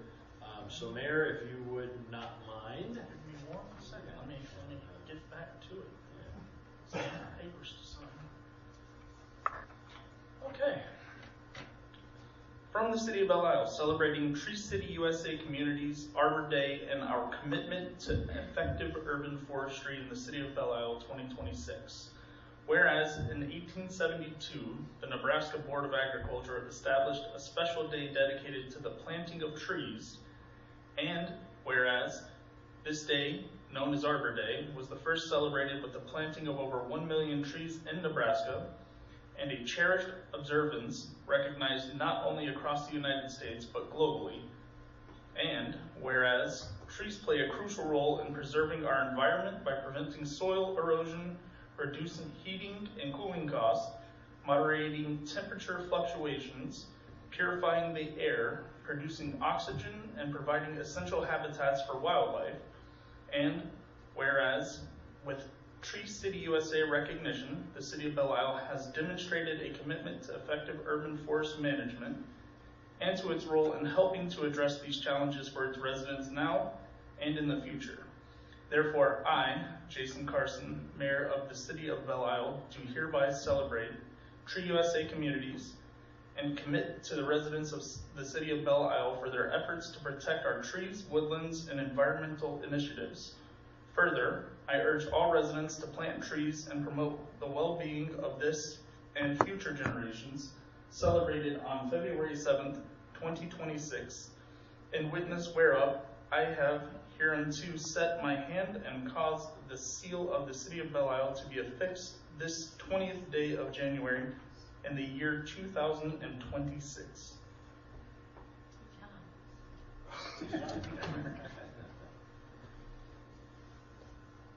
Okay, moving on to new business B.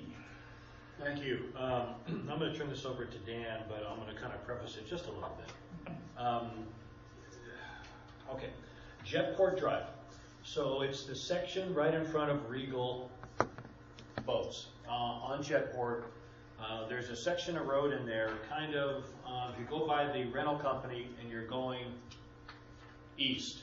So you're on Jetport and you're going east, and then you kind of get to where the 528 comes off on that really tight right-handed turn where it butts against Jetport, where you have to go left on. That section in there, before 7-Eleven driveway, and right there where Regal starts, that little section right there, there's a section of road that constantly gets beat to heck because of the trucks, temperature, all kinds of stuff. They run over the delineators, they do all this stuff. If you go to Boggy Creek, Jetport, and that whole intersection, as you come down, just before you get 7-Eleven, you're going east, you come down like a little ramp area, the heavy trucks, it pushes asphalt. So you get a lot of flaking, a lot of tearing up. And then if you come under the bridge and you go the other way, you'll see where the asphalt stops and it gets really, really bad and all chewed up. And long story. We call the county to fix it. County says it's the city's. We say it's not ours, it's yours. So Phil, bless his heart, has been going back and forth with the county to try to get some of this stuff fixed. And it's all because how it really started was one of the Regal employees had basically been beaten on us about the sidewalk. The sidewalk going from basically from 7-Eleven west. So about what, a month ago, Phil? Orange County's out there replacing all the sidewalk when they told us it was ours to replace. And we've been going back and forth with them for weeks. So basically, when you read this thing, it's basically and Dan can take it, but we're asking permission from the council to basically have a friendly meeting with the county to basically tell them it's theirs. They have the information that says it's ours, but literally it's this much. That's county, that's ours, that's Orlando, that's the county, that's the 528. So there's kind of a little mess of jurisdiction going in there because there's so many players for this one section.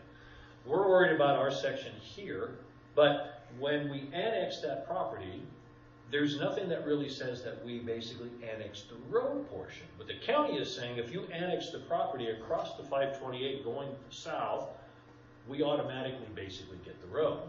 We're arguing there's nothing in writing that says it's ours. When they've been maintaining it, and Phil's looked at, and Dan sent information, it's like 500 requests plus for fixing, and they've been out there fixing it. Even the 528 sometimes gets fixed. And if you notice, if you come off the 528, when people get stacked up, they'll go on the shoulder and go on the dirt and tear the fence up, right? It's a maintenance nightmare for us if we have to budget for that every single year. And it's literally weekly that you would have to fix some of that stuff, right? Because there's so much traffic. With all that being said, segue into you, Dan. I'm going to go ahead and read the resolution title before I speak any further. Resolution 2601, resolution of the City Council of the City of Belle Isle, Florida, initiating governmental conflict resolution procedures pursuant to Chapter 164 Florida statutes with Orange County, Florida, providing findings that a conflict exists between the city and Orange County regarding jurisdiction and maintenance responsibilities for Jetport Drive, directing the city manager to prepare and forward a certified copy of this resolution and a certified letter to Orange County pursuant to Section 164.0152 Florida statutes and authorizing and directing the appropriate city officials to take all actions necessary to effectuate this resolution.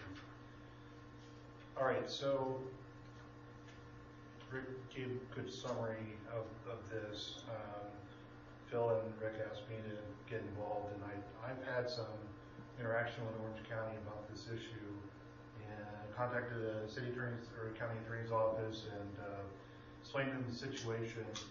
And a sort of response I got initially was, "Oh, this has been going on for a very long time," and I was kind of surprised by that. didn't realize it, but there were actually letters from decades ago where the county was saying this is the city's road, and the city was saying this is the county's road.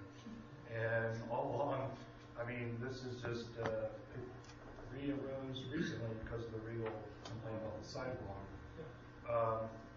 So the county essentially, their position, which I completely disagree with, is that the segment of Jetport Drive on Regal automatically became the city of Belle Isle's responsibility when we annexed the Regal property, the property north of the 5.8 pursuant to Florida statute. So Florida statute essentially says that I think as of 1998, all jurisdictions over roads are what they are as of that date. In order for a road to transfer after that date, there has to be an agreement between one jurisdiction and the other to transfer a road. And there's nothing in the annexation statute that says anything about transfer of roads. Well, the other thing to keep in mind is the annexation of the Regal property and the property north of Jetport Drive did not include Jetport Drive in the boundaries of the city. So Jetport Drive is actually in unincorporated Orange County. The county's position is that a road that's a local road upon its annexation into the city automatically becomes a local road, part of the road system of the city. The county's position in a couple things. First of all, the road's not in the city of Belle Isle. We've shown them that. We've shown them the annexation ordinance. It doesn't include the legal restrictions of the road. They said, well, that doesn't matter. I think it does matter. The other thing is we don't think it is a local road under the definition because we finally got some records from the county, which are not all the records we requested. That's another story. I don't even get into that. But it shows that the road, Jetport Drive, was DOT state highway road. And it got transferred to Orange County and they accepted jurisdiction of the road. So this road, of course, is high traffic volume road. It connects, to a county road. It connects to state highway system. It connects to the expressway. Very high volume road. I don't think that under the definition of a local road it qualifies for that. So I think the county's wrong in those two regards. It's not a local road. It's not a city of Belle Isle. So I don't think it automatically, even under their theory, becomes part of the city's property. Now. The other thing is the road, there's nothing in writing transferring the road to the city. The city council has never accepted this responsibility. And Phil can tell you, I don't know the numbers, this would be a very expensive obligation for the city to undertake.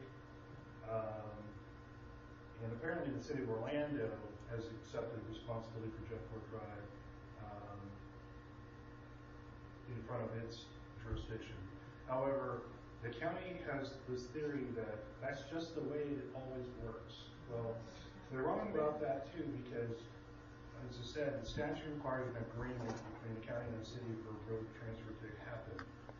The county probably understands this, but the county has multiple agreements with other cities in Orange County that discuss the practical effect of annexation on road jurisdiction. So they have agreements with certain cities that say when you annex this much of the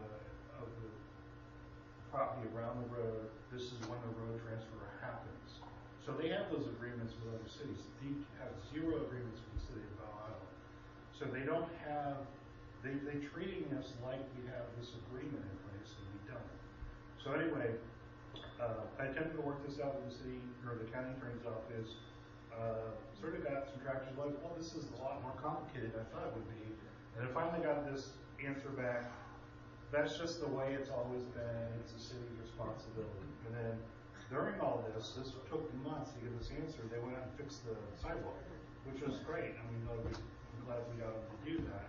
So it was because we asked them to take a look at this, I think it got their attention, at least to fix the sidewalk. But I think what they're saying now is it's all your problem. And ultimately, if the road doesn't get maintained and a bunch of potholes arise, people are going to get their cars damaged and they're going to start suing the county and they're going to start suing us. And we just need to get this resolved. We don't think it's the city's responsibility. They claim it is. And we're getting no other answers. So the only way to do this at this point is either we say, okay, we're going to bend over and accept what the county says, or we're going to have to take it to the next level. And the next level is there's a dispute resolution process in Florida statute that says that when governments are in dispute over certain things, including road jurisdiction, if a government, such as the council of the city, wants to initiate conflict resolutions, non-litigation, it's like a mediation, they pass a resolution, like it's on your agenda, and then the city manager, the city attorney, and the city public works director will go meet with our counterparts at the county. We have an informal meeting, and we'll say, here's the problem. Maybe you don't even know if this is going on because the people in the public works department and the county attorney's office have been telling us certain things, but you need to understand we're serious about this, not a problem, and we see if we can get some results out of the county administrator, county attorney, and maybe the mayor's office, public works director. If that doesn't get it resolved, first of all, any resolution that comes out of that, if it incurs liability on our part, we have to come back to the council to get your approval for that. If that doesn't work, the next step is that this process, which is great about it, and the county really doesn't care for this process, is that it requires the council, this council, and the Orange County Commission to have a joint public meeting to discuss this.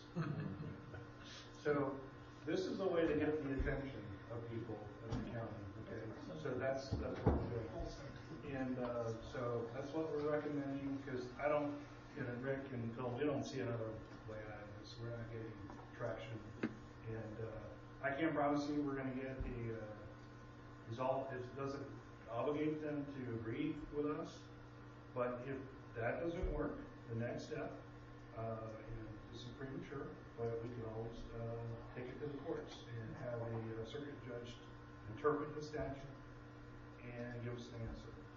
And ultimately, we may need to do that because we're talking about serious money and potential liability, and that has to get resolved. And this has been going on for decades, and I didn't realize that until kicked the hornet's nest, I guess.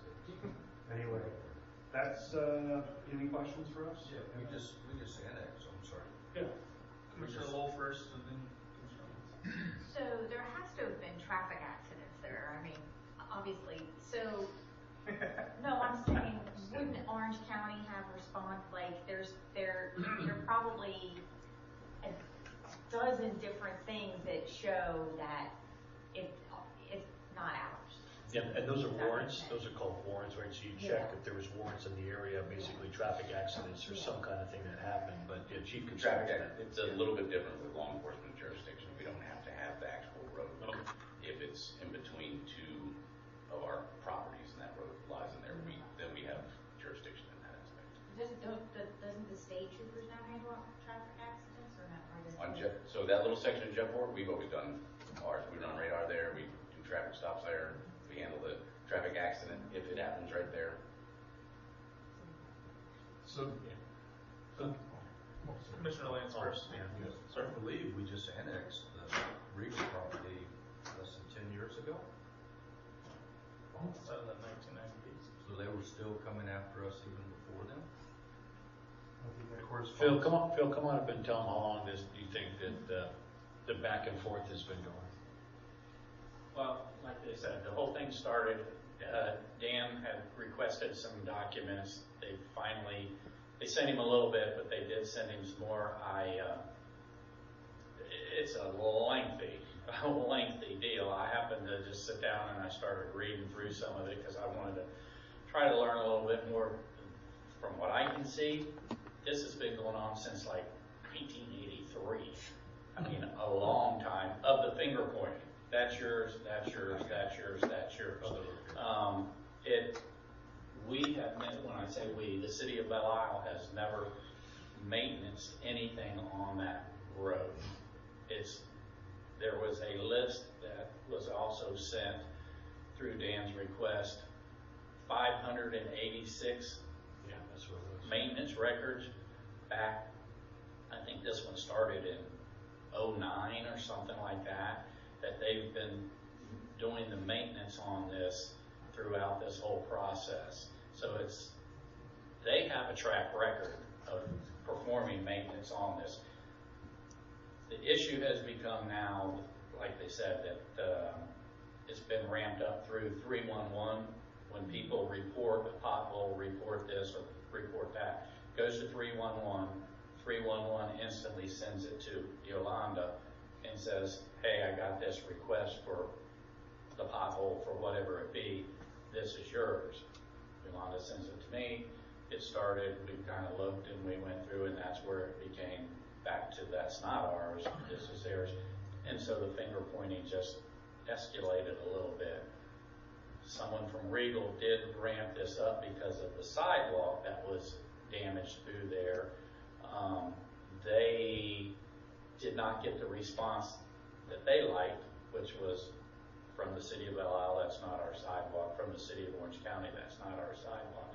They initiated an attorney, which ramped it up another level, and lo and behold, I happened to go by, or actually Rick and I happened to go by, the whole sidewalk was being fixed down through there from Orange County. Not their property, but they're fixing over a mile of sidewalk.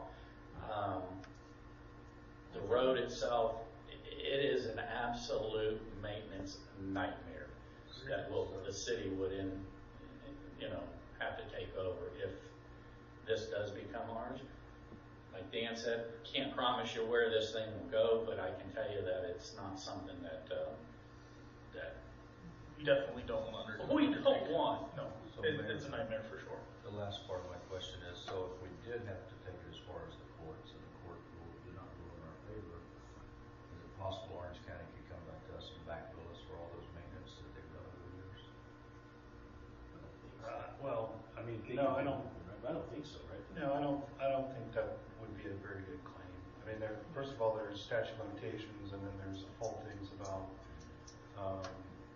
we have sovereign immunity and, another government, but they didn't come and ask us for permission. They just did it on their own volition. So I don't think that would be a very good claim on that part.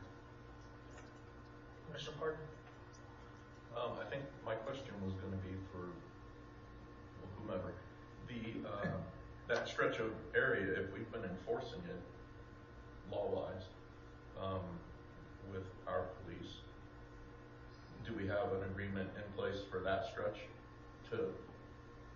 because I know we had to get one for Detweiler, as I recall, Detweiler and Judge to be able to enforce the law during that stretch.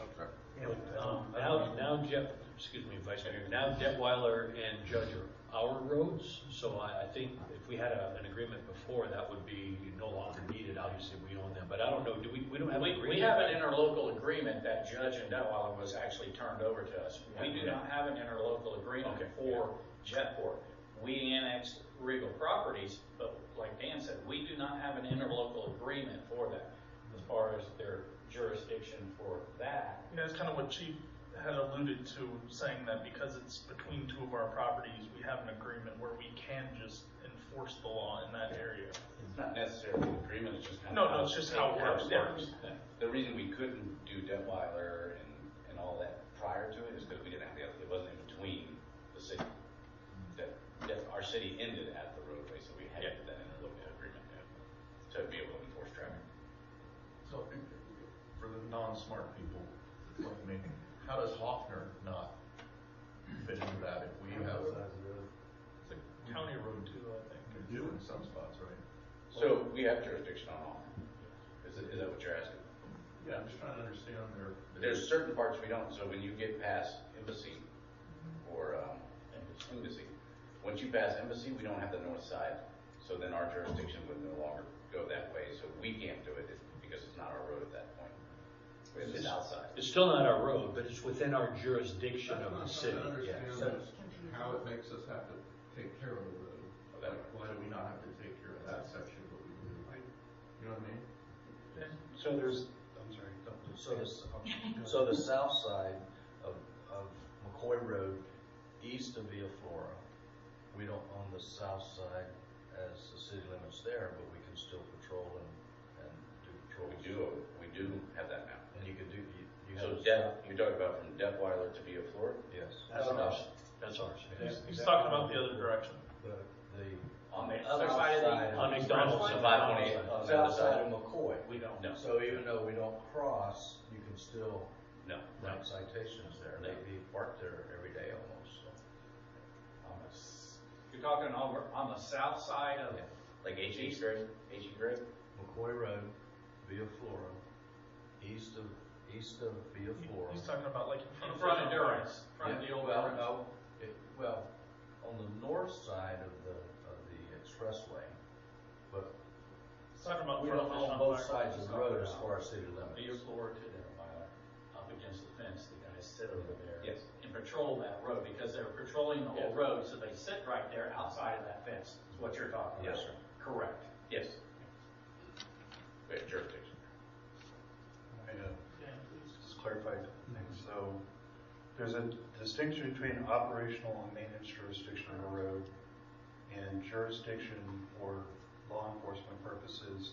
So law enforcement jurisdiction is triggered by the annexation of property into the city limits, the boundaries of the city. So just to give you an example, so you might have a state highway running through your city. A lot of cities do, and you annex property, or your city has included the state highway. You can enforce traffic laws on the state highway, but you're not required to operate and maintain the state road. The road is still, let's say, DOT or the expressway, and you might have law enforcement jurisdiction. So we got two things going on. Jetport. I mean, first of all, the annexation ordinance is included, so it's not in the city's jurisdiction, but I'm not certain about, how that's been handled over the years. But it's definitely not operational and maintenance jurisdiction, because in order to transfer, first of all, it was a DOT road, it got transferred to the county, so the county accepted that responsibility from the state highway system. There would have to be an agreement between the city and the county to transfer operational and maintenance jurisdiction of the road to the city. There's not a deed, there's not an agreement, there's nothing paper-wise that says this is the city's road. It's nothing that the council ever did to accept that responsibility. So there's two different things there. So there's also county roads, like high-volume roads that the county continues to maintain that run through the city. And the county's position is it's only what they call local roads, which are low-volume roads. Let's say like a road in a subdivision or a residential street that becomes part of the city road system upon annexation. That's their theory. They consider Jetport Drive like a local low-volume road, which is abstract because it's not a low-volume road at all, right? It's not like a neighborhood street or something like that. And so anyway, I don't know if that's. Yeah, no, I was just trying to figure out if there was a way to look at something and it makes sense, and it just does. Thank you. Good point, Vice Mayor. Ultimately, I think the whole thing is like Dan said, something needs to happen with this, because the finger pointing is just continuing and it's actually ramping up. The road's getting worse and worse, so something's going to happen. Car blows out a tire, who's going to, we're going to end up in some type of legal issue down the road.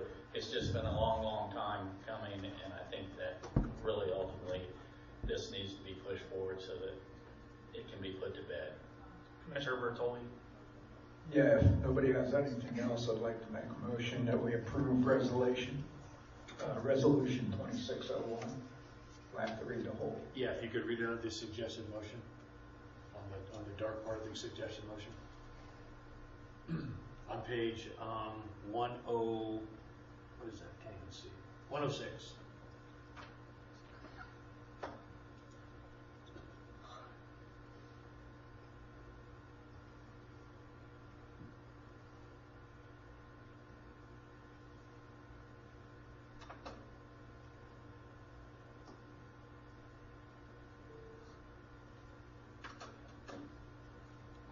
to approve Resolution 2601 to initiate governmental conflict resolution procedures pursuant to Chapter 164 Florida statutes with Orange County regarding jurisdiction and maintenance responsibilities for Jetport Drive.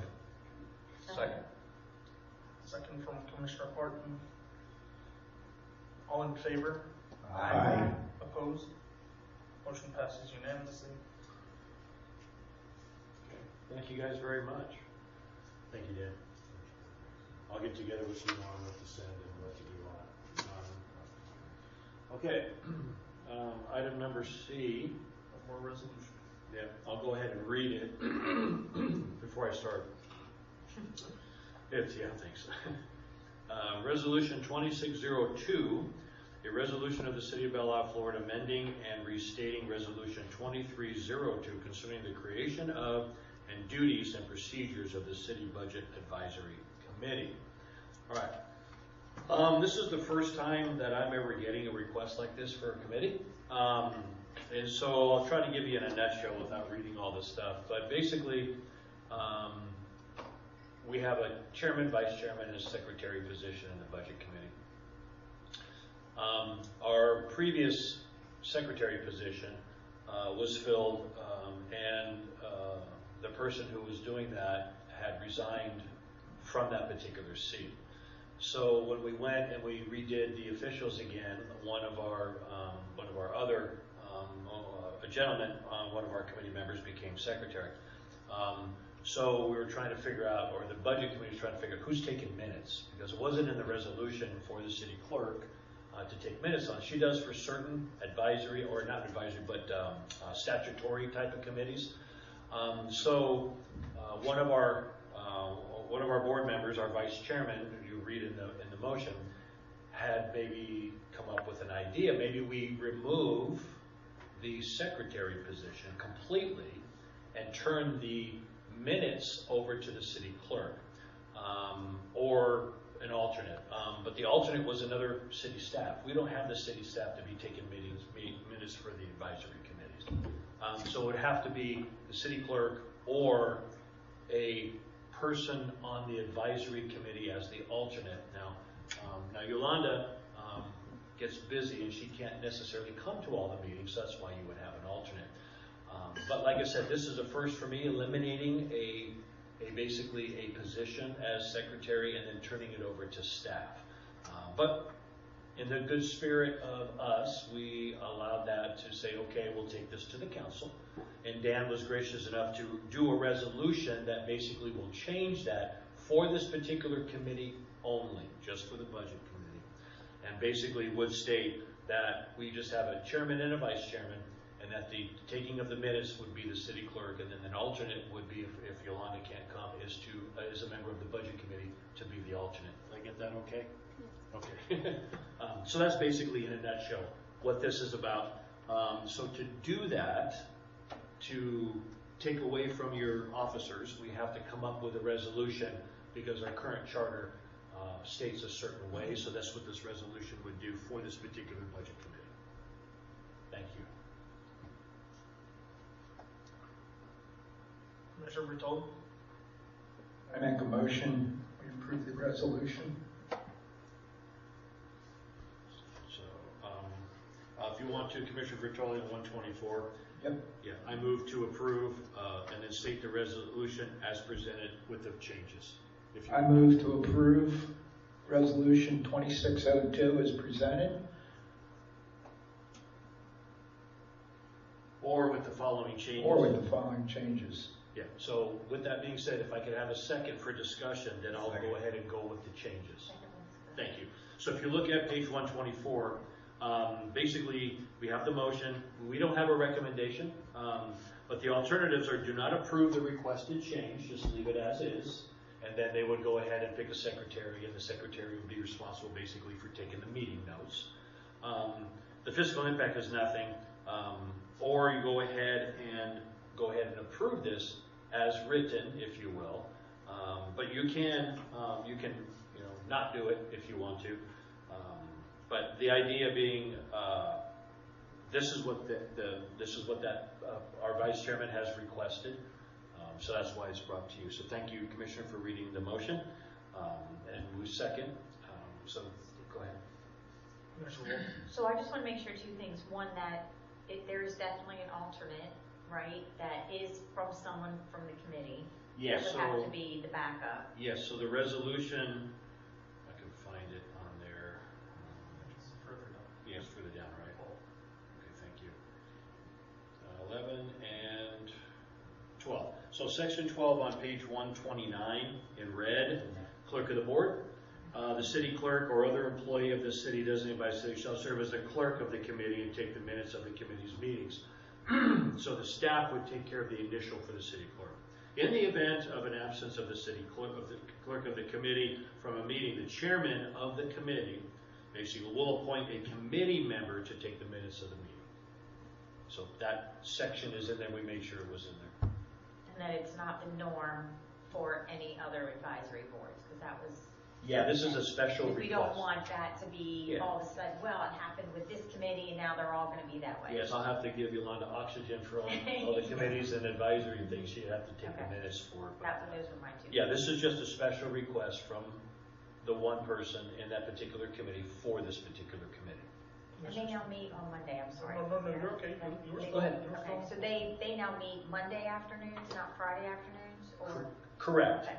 So Fridays they were meeting on Fridays, but meeting on Fridays at 3 o'clock. Sometimes it's hard for them to get there, or staff, or a holiday, or something.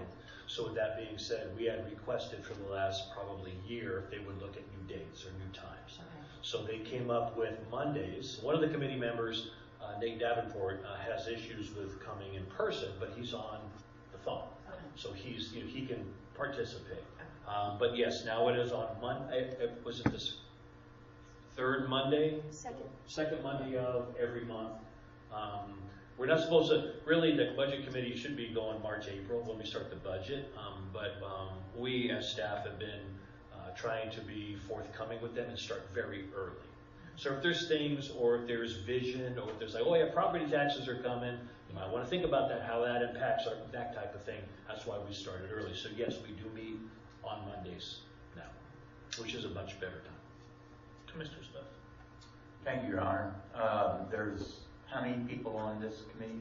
There are 7 on this committee. And not one of those 7 is willing to be the secretary and take the minutes and be self-sufficient?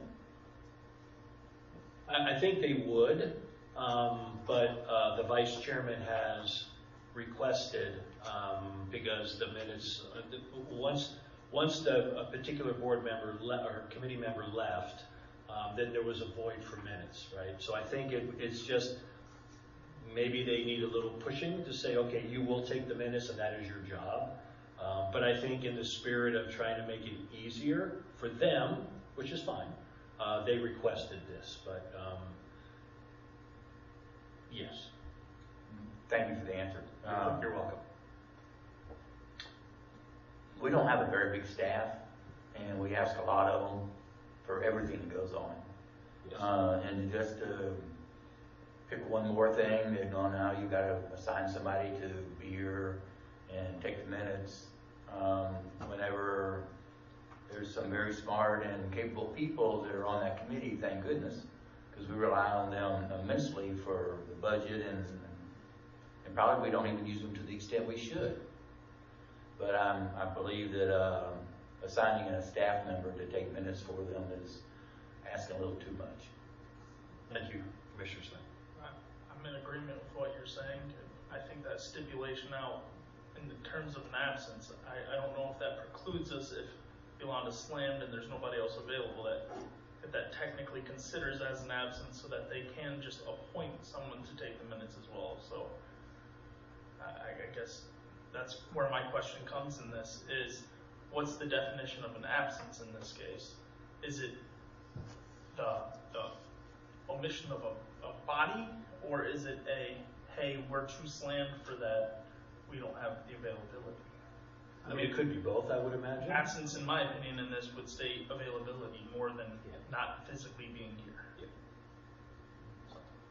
I don't think if Rick says she's not available, she's not available. Correct, and that's kind of, I want to make sure that we have that we're saying, or we're stating that. I don't know if this needs to be changed a touch to include that, but just the absence is the question mark. And I don't know what Mr. Langley thinks Well, about I that. think it's a physical absence from the meeting itself, so. Okay, so it is from the meeting itself, correct? It's in the office. Okay, I'm in agreement as long as I just want to make sure we have that stated, that we agree with the fact that the absence isn't her not being physically here on property, it's availability is key as well. Yeah, so, go ahead.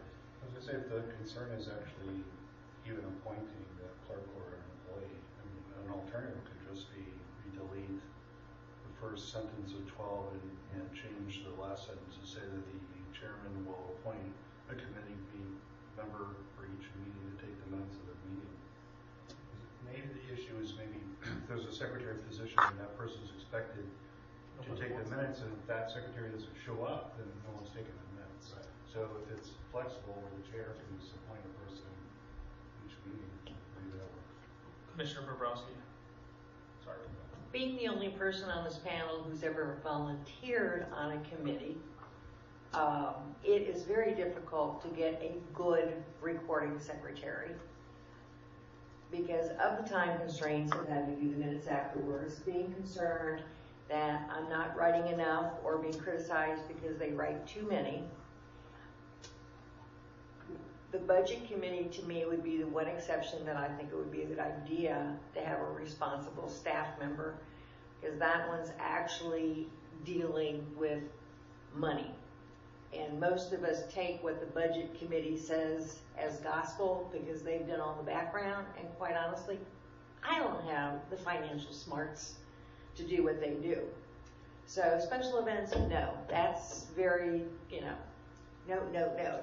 Police advisory board, same thing. But out of all the committees we have, the budget committee is our think tank, our smart people. And they have run very efficient, quick meetings. If you've ever been to one, which I have, if they're in there for an hour, it's a long meeting. So I think giving 1 hour a month of staff time, who's used to taking minutes and knows the parameters of a good minute taker, I think that for that committee, it would be very, very appropriate. Commissioner Shaw. Well, first of all, I tend to agree with whoever said, okay, but you've got 7 committee members. There should be at least one person who'd be willing to do this.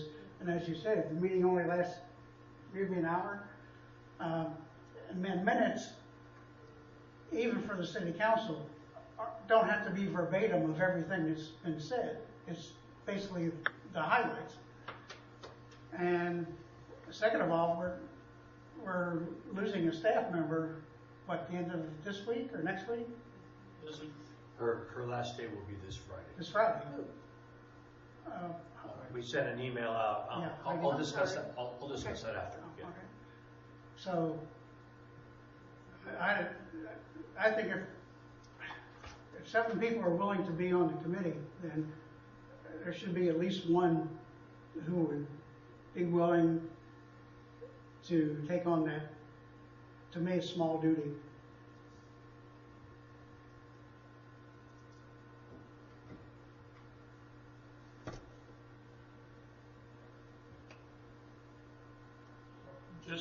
Just for statement, right now we have a first and a second for conversation. So, Call for the question. Sir? Call for the question.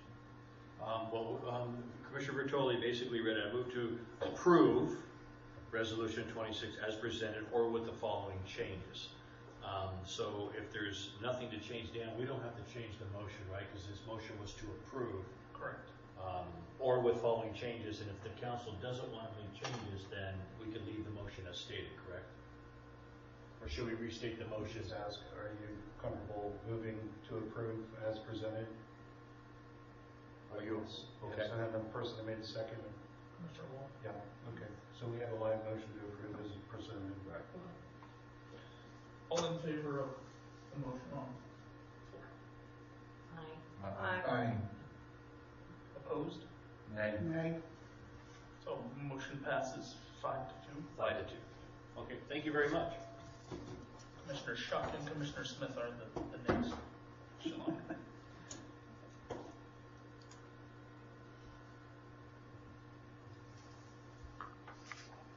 Moving on to the city attorney's report.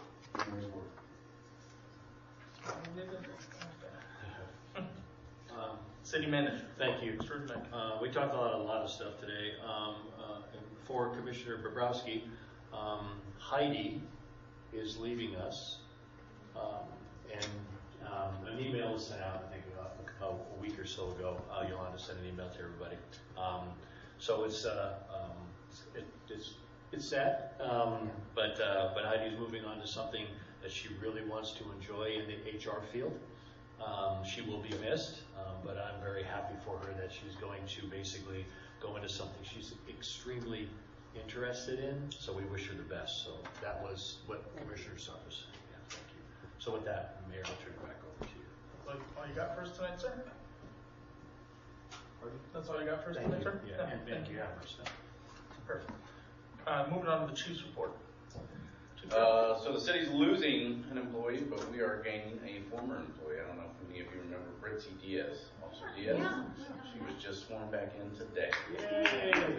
She had left. She had maybe a little bit of medical issues and wanted to try a different career path, and found out that her passion was law enforcement, and she loves it. So she's back in it. So she won't go do a swearing in again. She's already done it once here, so she just kind of wants to fly under the radar and get back up and running and stuff. And other than that, chief's report is out there. If you guys have any questions, just let me know.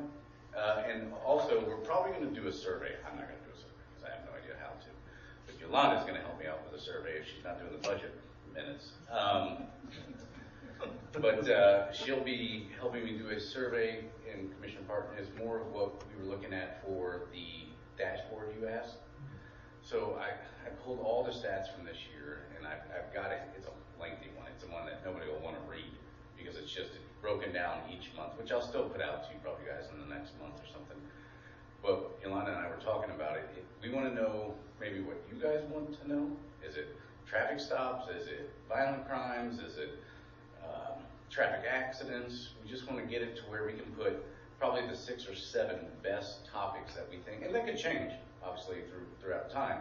But the most interesting topics that people are really going to look at it and go, that's exactly what I wanted to know. So we'll probably put a survey monkey out to you guys and the community, so that should be coming up here soon. So that's all I have. Thanks, Chief. Thank you, Chief. Moving on to the Public Works report. Mr. Price, welcome back, Mayor, Council. Just kind of want to state that a lot's been going on as far as the jetport amongst ourselves, trying to work some things out on that. So a lot of time's been spent on that, but we are going to be picking back up on sidewalk repair where we had left off right at the holidays. So spoke with the contractor, so we're going to get back on that. The Orange County Force Main project that is in Lake Conway Lakes, they've started restoration in that, so that thing is moving forward to get done. Once they get out of Conway Lakes, they just did some sodding in there, so they're moving forward on that. They'll be starting on Judge to get that section down through there. They still have a little bit in the Raho back in there, but that's minor compared to the rest. But that's all in the south end, right? Correct. Correct, all the way on the south end of that. But that project, hopefully within another couple of weeks, we will not have to drive by what we've been driving by for quite a while, and that will be cleaned up and taking shape and so forth. Got a couple other projects that we're going to be starting. I know probably a lot of you have noticed the light poles on the Neela Bridge have been out, the lights in there. That was a fiasco. We cannot get the old globes off to replace the bulbs, so forth. So I had to go out to contractors, and we're going to actually have to end up putting new globes on there because they're going to actually have to break the globe to get them off. Had a couple different contractors look at it, and that's where we're at. So we're finally going to be moving forward on that as well. And then the fountain, we had an issue with the fountain leaking. Finally have worked out some things on that, figured out what's going on with that. So we're going to get the fountain back up and running as well. all I have. Thank you, Thanks, Mr. Bill. Price. Appreciate that. Moving on to the mayor's report. I don't have much to say tonight, but I do appreciate the conversation and the way that we have gone about discussing some of the items tonight. I do believe that having differing opinions, as I always say, is something that we need to have because everybody's going to have their opinion on what's best for the city. And I'm grateful for the work that you guys put in and the fact that you guys do read through these and take them with a grain of salt too when you hear other ideas that change your mind a little bit. Miss Heidi will be missed. She has done a lot just in my short tenure here. She's helped me out a lot, so it'll definitely be a loss for City Hall. But grateful that she has a job that she's going to be able to go to and continue her career path forward in the way she wants to. So thank you for all your work, Ms. Peacock, and you will be missed. Outside of that, I don't have much for you guys. I hope you all had a great new year, and I look forward to more of these. I'm going to move on to the commissioner's report. We'll start with Vice Mayor Park. I don't have anything. I just want to thank Heidi for her long-term commitment to the city and always a smile, and I just appreciate her and pray she goes forth to be a blessing to others. That's all. Mr. Smith. Thank you, Your Honor. I just wanted to say thank you so much, Heidi. It's been a pleasure. Wish you all the best. Thank you, Mr. Price, for all you do, looking out for all of us every day. And Chief, you and your group. And Madam Clerk, thank you so much. Commissioner Lowell. I third that with Heidi, and I don't know who's going to call to have me sign checks, because every time she calls, it's like, hey, and she feels guilty that she used to call about signing checks. Don't worry about it, that's what we're here for. So yeah, our loss for sure, but I'm very happy for her if that takes her in a direction that she wants to go, and they will be very fortunate to get her. I also want to do a shout out to Officer Shabazz. Am I saying? Because I used to think it was O, but it's an A. It's just a small little thing, but we had a freight delivery to our house. And whenever we get anything delivered, we make sure you don't go over the bridge because it's going to be heavy. And we received an escort, and Officer Shabazz was able to escort the truck over because it was a straight truck, and he tried to navigate, but it just goes to show that they do everything, right? He pulls up, I walk out, he shakes my hand, I shake his hand, and just the fact that it was like, here you go, and he worked with the driver to get him back out correctly, and it's just little things like that you notice. Sometimes I think our police force is triple the size because they do it all, and they're everywhere. So, Chief, thank you for your leadership there, and DC Millis as well, and Public Works. I know your projects are constant. They're never really ever done because another one pops up, and of course, we hope that we, our city staff, with losing Heidi, will maintain, and if we can help in any way that we're able to, please, let me know. That's it. Thank you. You want to take minutes? I won't be available. That's a good ploy. Commissioner Lance. Yes, with Heidi, she'll be sorely missed. It's really fun to see someone move up in an organization. Heidi starting as a receptionist and moving up, but it's always also fun and proud of Heidi to be able to see someone move and improve their lifestyle and move on. Even though she will be greatly missed, it's just a cool thing to see that happen. Shout out to Duke Energy Sunday afternoon when the winds came through over on Detweiler, pretty much where your patrol truck sets. Branch had come down, even though it wasn't anywhere close to any power lines. Duke Energy truck just happened to be coming by. I was stopped there trying to direct traffic around it, and he came out and got his saw and cut it up into several pieces. And didn't have to do it, but he did, so that was really cool. And I will be out of the country for the February 3rd, 2026 meeting. I will be able to get on to the call, so I will be available. Safe travels, sir. Thank you. Commissioner Shaw. Kind of like to piggyback on what everyone else has said. We're definitely going to miss Heidi. She's been a breath of fresh air to me personally, and also thank since we have the police chief and public works director, is that your official title? Public Works Director? Okay. And city manager Rick, because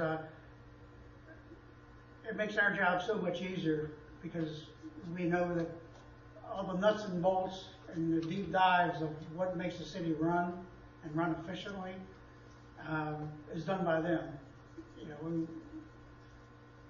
we just have to take care of some of the more formal stuff and make some of the bigger decisions, but the nuts and bolts, you know, we don't have to worry because they've got it under control. So I'd like to thank you for that. Thank you. Oh, and lastly, if anybody can figure out how to stop golf carts and bicyclists from running stop signs, especially on either side of the Neeler Bridge, let me know. Oh, and scooters. And scooters. The scooters were bad. I almost hit one of the, Oh, yeah. but I saw them. Commissioner Bobrowski. I'd like to recognize Mr. Phil for going above and beyond. We had a little ordeal this past week that I had a couple residents call me about a geyser on Hoffner. Even though it wasn't in Belle Isle, it was right on the outskirts of it. It was flooding the Randolph-Hoffner intersection. And not knowing who to call at, 7:30 at night, I called Phil. And so I ran down to take pictures of it for him, and of course it started to rain. And lo and behold, we had a little savior ride by on a bicycle, and I don't know who this guy is, so if you're listening, thank you. He jumped off his bicycle, ran over, looked at it, and all of a sudden the water stopped. So took pictures, sent it to Phil, and Phil, being Phil, got in his car and drove across town and checked it out and called me back and told me somebody had run over a backflow valve, and took it upon himself to tell me that he would contact the property owner the next day to explain what happened. But it was, like I said, it wasn't immediately in Belle Isle, but I did have 2 phone calls about the concern about the water on the road. So I would like to thank Phil publicly for going above and beyond and taking upon himself to leave his nice, warm, comfy house on his own time and driving over the other side of town to make sure I knew what the heck I was talking about. So thank you, Phil. And that's all I have. Last but not least, Commissioner Bertolli. Thank you, Your Honor. I'd just like to wish Heidi all the luck in the world. I know she's been a breath of fresh air around here and always got along good with her, and she did a good job. And I wish her all the luck in the world. I'd like to thank the city staff, police, and public works for the fine job. With that being said, I'd like to make a motion we adjourn. Meeting adjourned. Good job, Frank. No, that's how you piggyback.